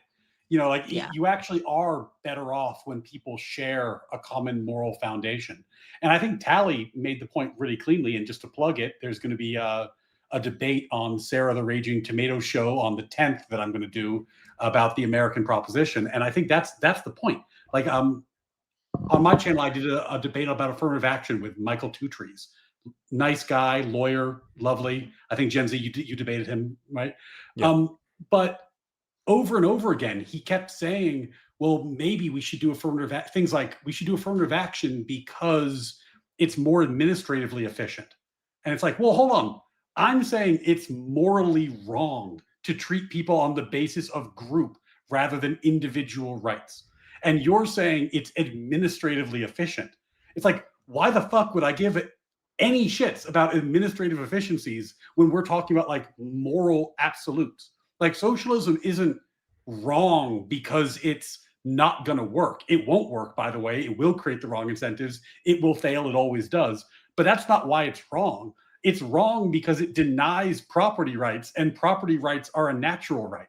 You don't have to go down this wormhole of, is it going to work out this time? And I do think that's a problem. Like there's a actual moral drift where people look at these, from the American perspective, absolute no-nos. And they say, oh, well, if it was efficient enough, I'd be okay with it. It's like, what the fuck are you talking about? That it is impossible for you to believe in the American moral proposition and take that position. It is an incompatible worldview. And that has to be addressed somehow. And until it is, I don't know that the left can be saved. But maybe, and I'm hoping that it can be, and we see a Josh Shapiro instead of an AOC. That would be a good sign. I think they're going to be, grand scheme of things, I think they're going to be fine. I think part of it is, I believe the Democrats have to galvanize their base to get votes. So they're doing what they can to try and galvanize their base. So that I understand why they're blaming the Republicans for the shutdown. I get it. If you want to just say, look, it's the only leverage we have, and I'm going to try and do everything in my power to blame them for it, because like, dude, we don't have much power here. We're doing what we can. At which point I go, you know what? Fuck, fair. But it probably comes, like I said, when the person tries to sell you that BS, like I get like people aren't that smart, and so therefore he goes, look, I do what I have to try and like with the levers I have. And that's what I think the majority of like the actual people in power are. That's why, like I said, like when you suddenly see Obama sitting with Trump and they're just pleasantly talking, is because when it comes down to it, I don't actually think the people in power are that insane. I personally, I go at the moment, I think it's to be like the highest money is on Newsom versus JD Vance. But with 3 years, like I think anything can happen in 3 years. 3 years is a long time to maintain your little first spot there. We got a lot of more laps in this race. Yeah. The people in power. Sorry, Tali, can I plug Zero Fucks for 1 second? I just saw this pop up in chat. Prediction: it's going to be Hassan Piker v. Jake Shields for 2028. Murder me. Fucking kill me now. Yeah, put me out of my misery. Zetsui, I partially agree with you. This is actually a conversation that I feel like I've had a million times with people on the left who make that argument to me as to why I should still be a Democrat or should still vote Democrat. That even if I have all of these frustrations culturally with the left and with people on the left, that the politicians really aren't that extreme, most of them. And I do agree with that. I think they're mostly, okay, normal people. But the loudest people in the base are fucking crazy. Really fucking crazy. Those people, we live in our current age of technology, the feedback is so immediate, and you're getting feedback from outside of your direct constituency, and attention is everything, right? You need attention to get your message out there, and those people are going to give you more attention. So I think like that's a real problem. Also, the crazier people end up in the staffs of these more moderate, not so crazy people. So I do agree with you. I think it's like objectively true. Like there are not a lot of elected officials on the left that I think are fucking crazy, but there are a lot. A lot of the base is fucking crazy. And so this is actually a great segue to this next clip I wanted to play, because to me it's so emblematic, I think, of the point you're making, that our friends on the left, and I do call them our friends because I want everyone to be friends, but our friends on the left here, they love to make that point. They say, well, the politicians, they don't give it any of this. When Charlie Kirk was assassinated, they kept making that point, like, look, they're all denouncing it. They're all saying what they're supposed to say. And I just never really gave that much weight to it because, well, first off, you've got the whole words versus actions thing, but also too, it's like, what are your words even meaning, and do you actually mean the words? And when I saw this clip from Hassan watching the Zohran debate, the mayor debate, because this is right after they had just campaigned together. They did campaign stuff together openly, Zohran and Hassan, and now he's grilled about it during the debate and whether or not he's going to denounce Hassan. Listen to how he responds to the question, and then how Hassan responds to his response, and see what you can get out of it. genocide. And I find the comments that Hassan made on 9/11 to be objectionable and reprehensible. And I also think that part of the reason why Democrats are in the situation that we are in, of being a permanent minority in this country, is we are looking only to speak to journalists. And So I play that because obviously you see, okay, he's denouncing Hassan. How does Hassan take it? He laughs at it because he knows, okay, you got to say that for the cameras. I know that we're actually cool. And I think that's the game that the left politicians play. And so I think anytime someone makes that argument, keep this in mind and turn it back on them to show, like, yes, they're very good about saying what they're expected to say in the moments they're expected to say them.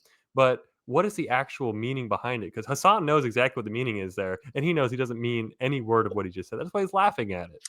I don't. So, Go ahead. oh, sorry. No, I was just gonna say, I think like I don't think that's true for most of them, and this is maybe trying to be optimistic. Like, so I agree with you about Mamdani there, and the proof is in the pudding. Hassan was at that rally the other day that I was just talking about, where AOC was doing her cringe fucking pulpit address. Hassan's there with the freaking lanyard around his neck. Like, yeah, exactly. It meant absolutely nothing. He doesn't condemn Hassan. Hassan was right back out campaign, and Hassan doesn't live in New York, and Hassan was there at the rally, right? So it's bullshit. And I think it's like Mamdani was doing that. I think like Newsom does that, but I don't know that like most of them are like counter signaling like that. Just maybe I'm being naive, but I don't. I think that's the minority. Those are the more calculated. I don't do that kind of. I don't think it's like too much of a mind. I'm not gonna mind read that kind of stuff into them. I'm gonna say like, so remember he didn't really say much of anything. He didn't say like, here's what Hassan said, here's what he meant, here's what my feelings on it are. He just says what Hassan said there, I think was terrible. And he doesn't say why he thinks it's terrible. He didn't say much of anything there. And that's why he goes, Hassan can blow it off. Because also people try and spin it like Hassan was saying, like, I'm so happy they all died. His, like, again, it doesn't make it less extreme, but his position, with my understanding, was something basically saying like, he believes the U.S. interfering in the Middle East was bad, and he believes there's only so much interfering before you get something like this, and therefore your own damn fault for happening. Like that, it was a very harsh way of saying it, but like I don't think he was really going like, I'm so happy they're all the blood runs in the streets of the New Yorkers, and so that I don't see that as much of like he didn't say much of anything. Yeah, well, no, Hassan is literally a peer of Osama bin Laden in that way. I think people who make these blowback arguments, I mean, Hassan does call for blood in the streets. So I think that he is really extreme, and he thinks Americans deserve to suffer because of the actions of their government. Not like, oh, this is a natural consequence and it's unfortunate. Like, yes, you deserve this because of what you're doing to the people over there. Can I make this even simpler? Just in my take, maybe I'm reading too much into this, but I think Hassan reacted the way he reacted because Hassan and Destiny and Donald Trump, like these very savvy media operators who have made a lot of money and made a career out of branding themselves and saying and doing controversial things that get attention, right? What this reminded me of was, I don't know if you guys do hip hop, but when Eminem released a song called We Are Not Alike that made fun of Machine Gun Kelly, and it was like a brutal insult of Machine Gun Kelly. And Machine Gun Kelly famously popped champagne because he got insulted by Eminem right before his record came out. I don't think Hassan cares about being denounced. I think Hassan is psyched that his name got brought up in a mayoral debate, right? Yeah. The denouncement irrelevant. He's actually in the mainstream now. He's being talked about by mainstream politicians who have to have an opinion about him, right? This is why Donald Trump does a lot of stuff that he does, where he gives this outrageous meme and then everyone's talking about him. It's why Destiny got so pissed at me and Zero Fucks for pointing out that when Destiny says crazy things about Charlie Kirk that get him to be, I think he was like the top 5 account on X during the month of Charlie Kirk's assassination, he's doing the exact same game. You drop the edgy take, and then you become media relevant, and you benefit from it long term because now you're a national figure. So yeah, I don't think Hassan was mad about that. I don't think Hassan cared about it at all, because I don't think Hassan's game. I think Hassan's politics are secondary to his desire to be famous, and he just became a lot more famous. Also, when it comes to Mamdani, like if he wins, I'm not going to be sitting here trying to like go like I hope they all fail. The thing is, I hope I'm wrong and he's right. Honestly, if he wins, thing is, my understanding of like grocery stores, they have like 1% margins. There's no way you're going to somehow take over the city and do it. But if he's right, if he does it, and like I'll be like, hell yeah, man, I was wrong. You did apparently that you could cut all the prices in half and somehow still squeeze out that 1% margin. Like I will be like a lot of times, a lot of like even like the defund the police, all those kind of things that like the far left push. Show me I'm wrong. Like as long as I mean it's not in my city. If Portland wants to try and show me that they can have no police force and stop all crime, do it. Like I will be cheering you on. Like I'm your biggest cheerleader. Show me I'm wrong. I want to be wrong. And so like if he wins and he either one of two things will happen. Either he does the policies and they all fail, which would be my prediction if he tries, or they'll basically go, oh shit, I can't actually do this. Like the idea like the supermarket. You know, that's my plan as he has no power whatsoever. And then as soon as he goes, I go, all right, guys, let's do it. And he goes, sir, they're going to be like twice as expensive if we try and do it. There's no way for us. Oh, fuck. Like that's what I predict would actually happen is that they have these lofty ideals, lofty positions with no backing behind it. Then as soon as they get in, they suddenly have, then now they're faced with the accountant that goes, sir, here's what's going to cost. And it's going to cost us. He goes, so no, we can't, like we literally have, like, that's just, it's just entropy levels of like, we can't, there's no perpetual motion machine. I'm sorry, sir. So, yeah.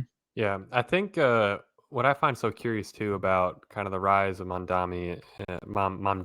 Sorry, I get so perturbed. Everyone says his name wrong, so yeah, it's but I feel like I've been pretty good about getting it right, but I just got it wrong there. Either way, seeing some of the comments that some of these chapter heads of the Democratic Socialists of America are saying about him, and specifically saying things like the cuckoo bird survives by laying an egg in another bird's nest and letting it hatch and basically taking over from within. And we, the DSA, we are the cuckoo inside the Democratic Party. Just like openly saying that, yes, we will moderate our rhetoric so we can get in and then take over from within. And when you look at Mamdani's like entire record of public comments, not stuff from 15, 20 years ago, stuff from 1 year ago, 2 years ago about the police and about Israel and about really his entire campaign and how he's trying to hand wave it all away and people are buying it because now he says, I want to collaborate with the police. I want to keep the current police commissioner. I want to have, I just want to continue the good relationship. It's like, yeah, a year ago you were saying like the entire police force needs to be abolished. And so hearing the DSA leaders come out and openly say, our goal is to moderate. And I think honestly, we're seeing the same thing on the right from someone like Fuentes, who 5 years ago, Fuentes was like, crazy unhinged off the rails. His rhetoric nowadays is to me intentionally designed to try and lure more people in, and then you can kind of start hitting with the more extreme positions, but it's a lot smarter way of persuading people. So I guess it's just more a point I'm making about both sides need it's to hiding your power level. Yeah, this is what Yeah. Hassan does too. Yes, you're right. This is what DSA explicitly says. They are an explicitly subversive force to the Democratic Party, and unfortunately, the Democrats seem What's pretty the quote? okay with that. Then none of them, they don't actually want power. They want to infinitely critique power. Yeah. The thing is, that's why it goes that because let's see, Mamdani gets in $5. Like my money says none of those things. He's not going to get rid of all. He's not going to defund the police. He's not going to start his own grocery shop. He's not going to get FIFA to somehow turn over all their tickets at dollar prices. The thing is, what's going to happen is it's going to be the same thing as like, so in California, do you guys recall there was a thing where it goes, they did a commission on like reparations for slavery. And so what happened was, because I was watching those, I was actually like, I would have it like while I was working, just listening to the hearings. And it basically was just a bunch of people like running up, just saying like, here's what I want. We want money and this and that and that. And at the end it goes, and there was all these news articles written about it and all these things happened.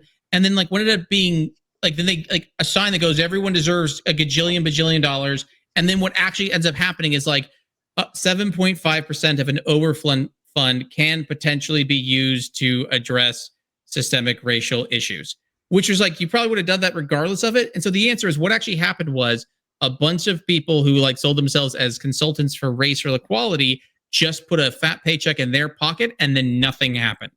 And the thing is, that's what I predict will actually happen. It's always what's going to happen. Same thing with like they tried to solve homelessness in California. And he goes, well, we don't even know where 6 billion of it went. The answer is you're not going to do it. Like there's going to be some consultant, some person who's going to be able to, like they said, the same with like BLM, the number of people who are going to pocket that money, buy themselves a nice house, and then nothing will happen. Well, but I think this is a bit more precarious because he's overtly socialist. Like it's not like, I mean, you could talk about hiding his power level, but that's not hidden. He's a member of the Socialist Party as it he does exists in hide his America. power level, but Oh, I sure. agree. But There's both. But Sure. the problem that I am more worried about actually is that I agree with you. He won't be able to do any of these things, right? So he won't be able to do them. So then in 2-3 years, people are going to say, oh, well, I guess socialism is fine. Look, we had a socialist mayor in New York and the planes aren't falling out of the sky. Like, I guess. Be like, what socialist policy? He goes like, tell me. He goes, did he nationalize? Yeah, you're right. That's what's going to be saying. He goes, he was in power therefore. It goes, show me the socialist policy. Or they're going to give you something where it goes, he funded something, or it's like he paid for like someone with a clipboard to go with cops and be like, see, we defunded the police. You're like, whatever. That's what you thought it was. It's sane washing something that shouldn't be sane washed is the problem. So I think that's kind of I think the long-term trend of the left seems to be that direction, and maybe it gets reversed, and maybe he's a total disaster. I don't think he knows anything about operating government, so it's totally possible that he will fail not because he's a socialist, but just because he's inexperienced and incompetent, which is a very New York City is complicated. It's an easy job to fuck up. More experienced people than him have done a bad job. Not because of their politics, but just because it's a hard job. And truthfully, everyone hates the mayor of New York. Everyone hates the mayor of New York. We always hate the mayor of New York. So, who knows? But that's what I'm worried about. The simplest thing is, watch this. He's made claims for the whole publicly owned grocery store. My position is there's no fucking way he can do it. I apologize for not allowed to curse or whatever. But anyway, so it's like it's not possible. It's just like I said, it's basic like addition, subtraction, it's entropy. There's no perpetual motion machine. So if you only have 1% profit margins in grocery stores on average, there's no way to cut the prices in half. You can't do it. It can't be done. And those are economies of scale. There's no way he can do it. If he can pull some way, and so if he tries, it will fail. That's my position. If he can show me wrong, those would be the kind of example I'd be looking for is show me where he says he's going to defeat entropy. Show me where he's going to create or destroy energy. Because that's what the claims are, is creation and destruction of energy. Show me it happening. And then but I'm not going to take this BS where it goes nothing, where like I said, my view is nothing's going to happen. And then someone tries to tell me, see, socialism was fine as they did neoliberalism. So 2 things that he could do. The first is rent freeze.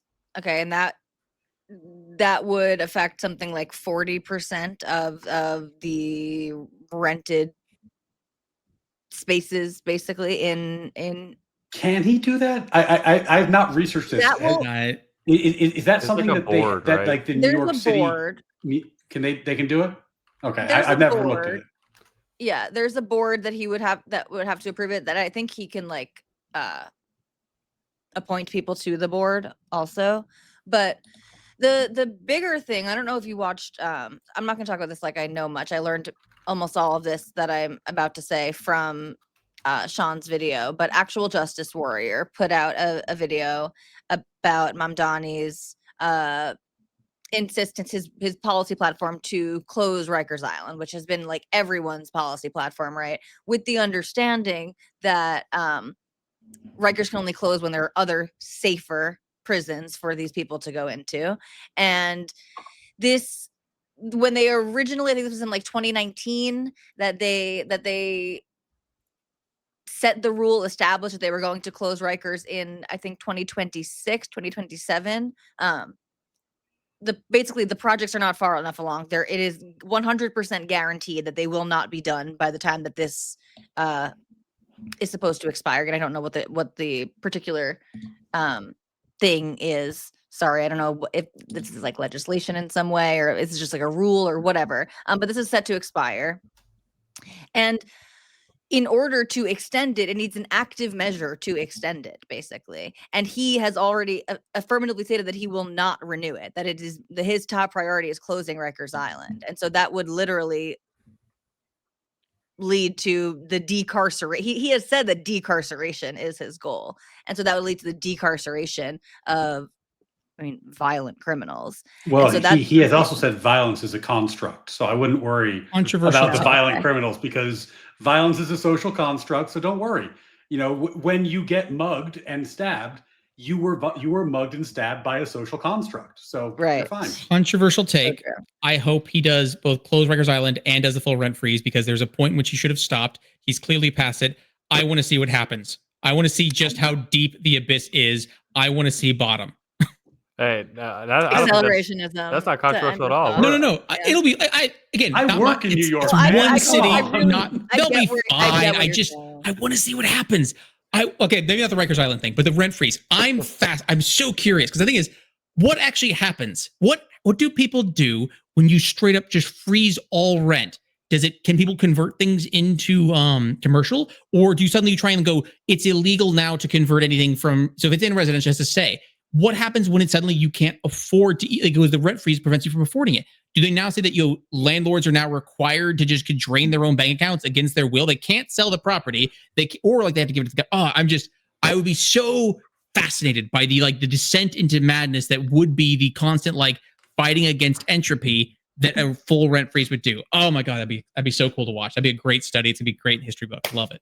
I would feel bad for Ryan, just since he does work there. But I am of the same camp that I hope all of the policy initiatives are put into effect, so we can all point and laugh, and hopefully this will be our reminder for this generation, at least, right? It usually happens once a generation. Or succeed. Dude, what if he does? He or freezes to all succeed. rents, dumps out all the prisoners, and utopia is created. Holy, We cracked the code. God! Well, Apparently, then why are Gen we? Z and Ryan are out of the podcast. Just to be clear, the last time we had sweeping rent freezes, we had landlords in the Bronx burning down their own buildings to get the insurance money. So, because they couldn't Make fire rent them for illegal. We're done. So I know. Like I said, I mean, I get it. I get the point you're making. I get the rhetorical point. But man, I commute, man. I have to be in this city. I would prefer it not to be turned into a hellscape. But if it was in my city, then no, I'd be right where you are. This is what I'm saying is insane. How could you do this to me? But no, it's not my city. So come on, we're the great experiment here. Show you all voted for it. Experiment. Show me. No, I feel that way too. That you can create and destroy energy. I want to see it. I want the perpetual motion machine. If you think you have it, show me. Absolutely. Yeah, I think Ryan, we might have to start a new segment of Ryan on the block, or man on the street interviews with Ryan. Hey, look, there's a homeless guy. He's shooting up crack right in front of me. Let's go talk to him. Yeah, hey, I mean, what happened? I've already switched from left to right. I've got kids. I clearly, and their daughters, so I've only got a few years to become a gun owner. So I guess I got to get on it. I've got to, NRA up and start defending myself. That's I right. recommend a good gun safe. But one more thing is actually because the crime thing, because the whole numbers Rikers, the reaction. I'm not sure if either of you guys were on those panels regarding the whole response to crime. Have either of you guys watched the WIC panel on that? Or I don't know if you guys were on it, but the response of people when they see someone get stabbed to say, here's the systemic problems we should be addressing. I'm like, wait, if someone's bleeding out, I don't know how you think a systemic solution in any way stops or stems that bleeding. And the idea of saying look, I know you just got mugged, but I have an idea that in 30 years, maybe someone else won't get mugged. Does that help? You're how does that? And you think that answer, I've solved, don't worry, everyone. I know, or it's what was the quote where someone goes, as I'm bleeding out, I want someone whisper in my ear, don't worry. It was statistically insignificant. It's not that the crime's going down. Don't worry. You're okay. You're okay. And you're and then my wound healed. Yeah. Well, that's just what we've been dealing with here in Charlotte. Well, I live outside of Charlotte, but obviously the whole train stabbing and all the arguments being made about, well, it was the system that failed him, and we need more systemic changes. It's yeah, it's like you said, whisper that to the girl as she's laying there bleeding out. This is statistically insignificant. This is an outlier. Do you have any idea how many people die in car accidents? What are you getting upset over being stabbed for? You're I cannot believe that's your reaction to it. With serious crime, there's a ton of data that shows that in most you're looking at a tiny percentage of repeat offenders that are responsible for most of the crime. We're talking right. The system failed her. 70% of the crime. The system failed her. Yeah. It's the same. So you guys, if they do 70% of the crime, you could maybe, let's say, systemic reform could fix the other 30. But for that 70%, the systemic reform is putting people in jail. Yeah. It's just you don't get to you don't get to be here anymore. If you won't play by the rules side, you'll get to participate here. That goes, Yeah. sorry. That goes, and then there's actually interesting when people are trying to say like poverty causes crime. Like, do you think all poor people are criminals? No. Do you think the majority of poor people are criminals? Yeah. You're saying it causes it. I'd say your head exploding causes you to die. The idea goes, I don't even think if you think the majority of poor people aren't criminals, like going around committing crime, how is it? It's a cause, but the majority of them somehow pull it off and are innocent. But you know, here's the other part that's like unmaddening to me is like the primary victims of criminals in those neighborhoods are poor people. That innocent poor people are the victim. They're not committing any crimes, and they're the primary victims of the criminals, and you're defending the criminals. This is exactly how it goes, though. This is the same thing with BLM. It's like we are out here, right? Like, you know, fighting for Black people, right? And we want to get police out of Black neighborhoods at the expense of the Black people who are dying in Black neighborhoods. They're the ones calling the cops. Correct. That 911, like so many of them are like, who called 911? Like, my God, we're being over policed. Then stop calling. If you think that like this, say like, oh my God, like if you have two neighborhoods, one never calls 911, the other one calls it 100 times a month. They have equal amounts of policing. They both showed up 100% of the time. It doesn't matter. It goes, you call, if you think it's that bad, like whenever someone says like, yeah, like they don't call, like where Hassan made the whole comment, I wouldn't call the cops. I'm like, you know who would? The people who live in those neighborhoods. They call the cops way more. I can't think of a single, actually, the number of times when it's like no one called 911. There was like there was that girl like who was like mid stab of a knife, and people were still saying the cop shouldn't have shot her. Like the knife was thrusting down to another person. Someone called the police. Like, it'd be surprising because you would have defund the police if you just stopped calling 911. If you guys are all right, that goes, there's no crime here, guys. It's the police's fault. Stop calling 911 and show. And like, but why do you keep calling them then? If it's so bad, why do you keep calling them? That's why I've become a big fan of the term champagne socialism, because I just can't think of a better way to describe this type of luxury belief set of how, the privilege, the place of privilege to be in, to have to be able to say, oh, well, have you considered not calling the police when you're sitting there and your $3 million mansion with the top of the line security system, or your private security detail, whatever you may have. It's like, the champagne socialism of the left, which we'll certainly have a lot more to talk about next week as we break down the results of of all the elections. You know, we got New Jersey governor, that's a big one. Virginia governor, that's a big one. Obviously, the New York City election. So that's. I think we're going to go ahead and wrap it up for the night. Plenty to talk about next week. Like I said, the elections. Huge tariff case being argued in the Supreme Court on Wednesday. Me and Ryan both have agreed. We've got a little bit of homework to do, but we're going to have a great breakdown next weekend talking about the case, breaking down whether or not Trump can declare the tariffs as he has done so far. And huge. And I think based even on the oral arguments, we'll get a pretty good idea of where the case is going to go. But we'll have way more on that next weekend. I would say, what do y'all got going on for this upcoming week? Anything you want to make the people aware of? I'm doing a debate on the Raging Tomato tomorrow. I think I actually got put on the opposite side from what I responded to her. So that'll be interesting. But other than that, Kay and I don't know if you guys know Kay. We love Kay. She's definitely in your comment section, Ryan. Yeah.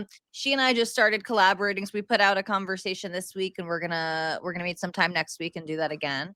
And then I'm gonna see Ryan in like a week and a half or something like that, because I'll be out on the East Coast. So very exciting. And thank you guys again for having me. This was very fun. And Zetsui, it was lovely to meet you.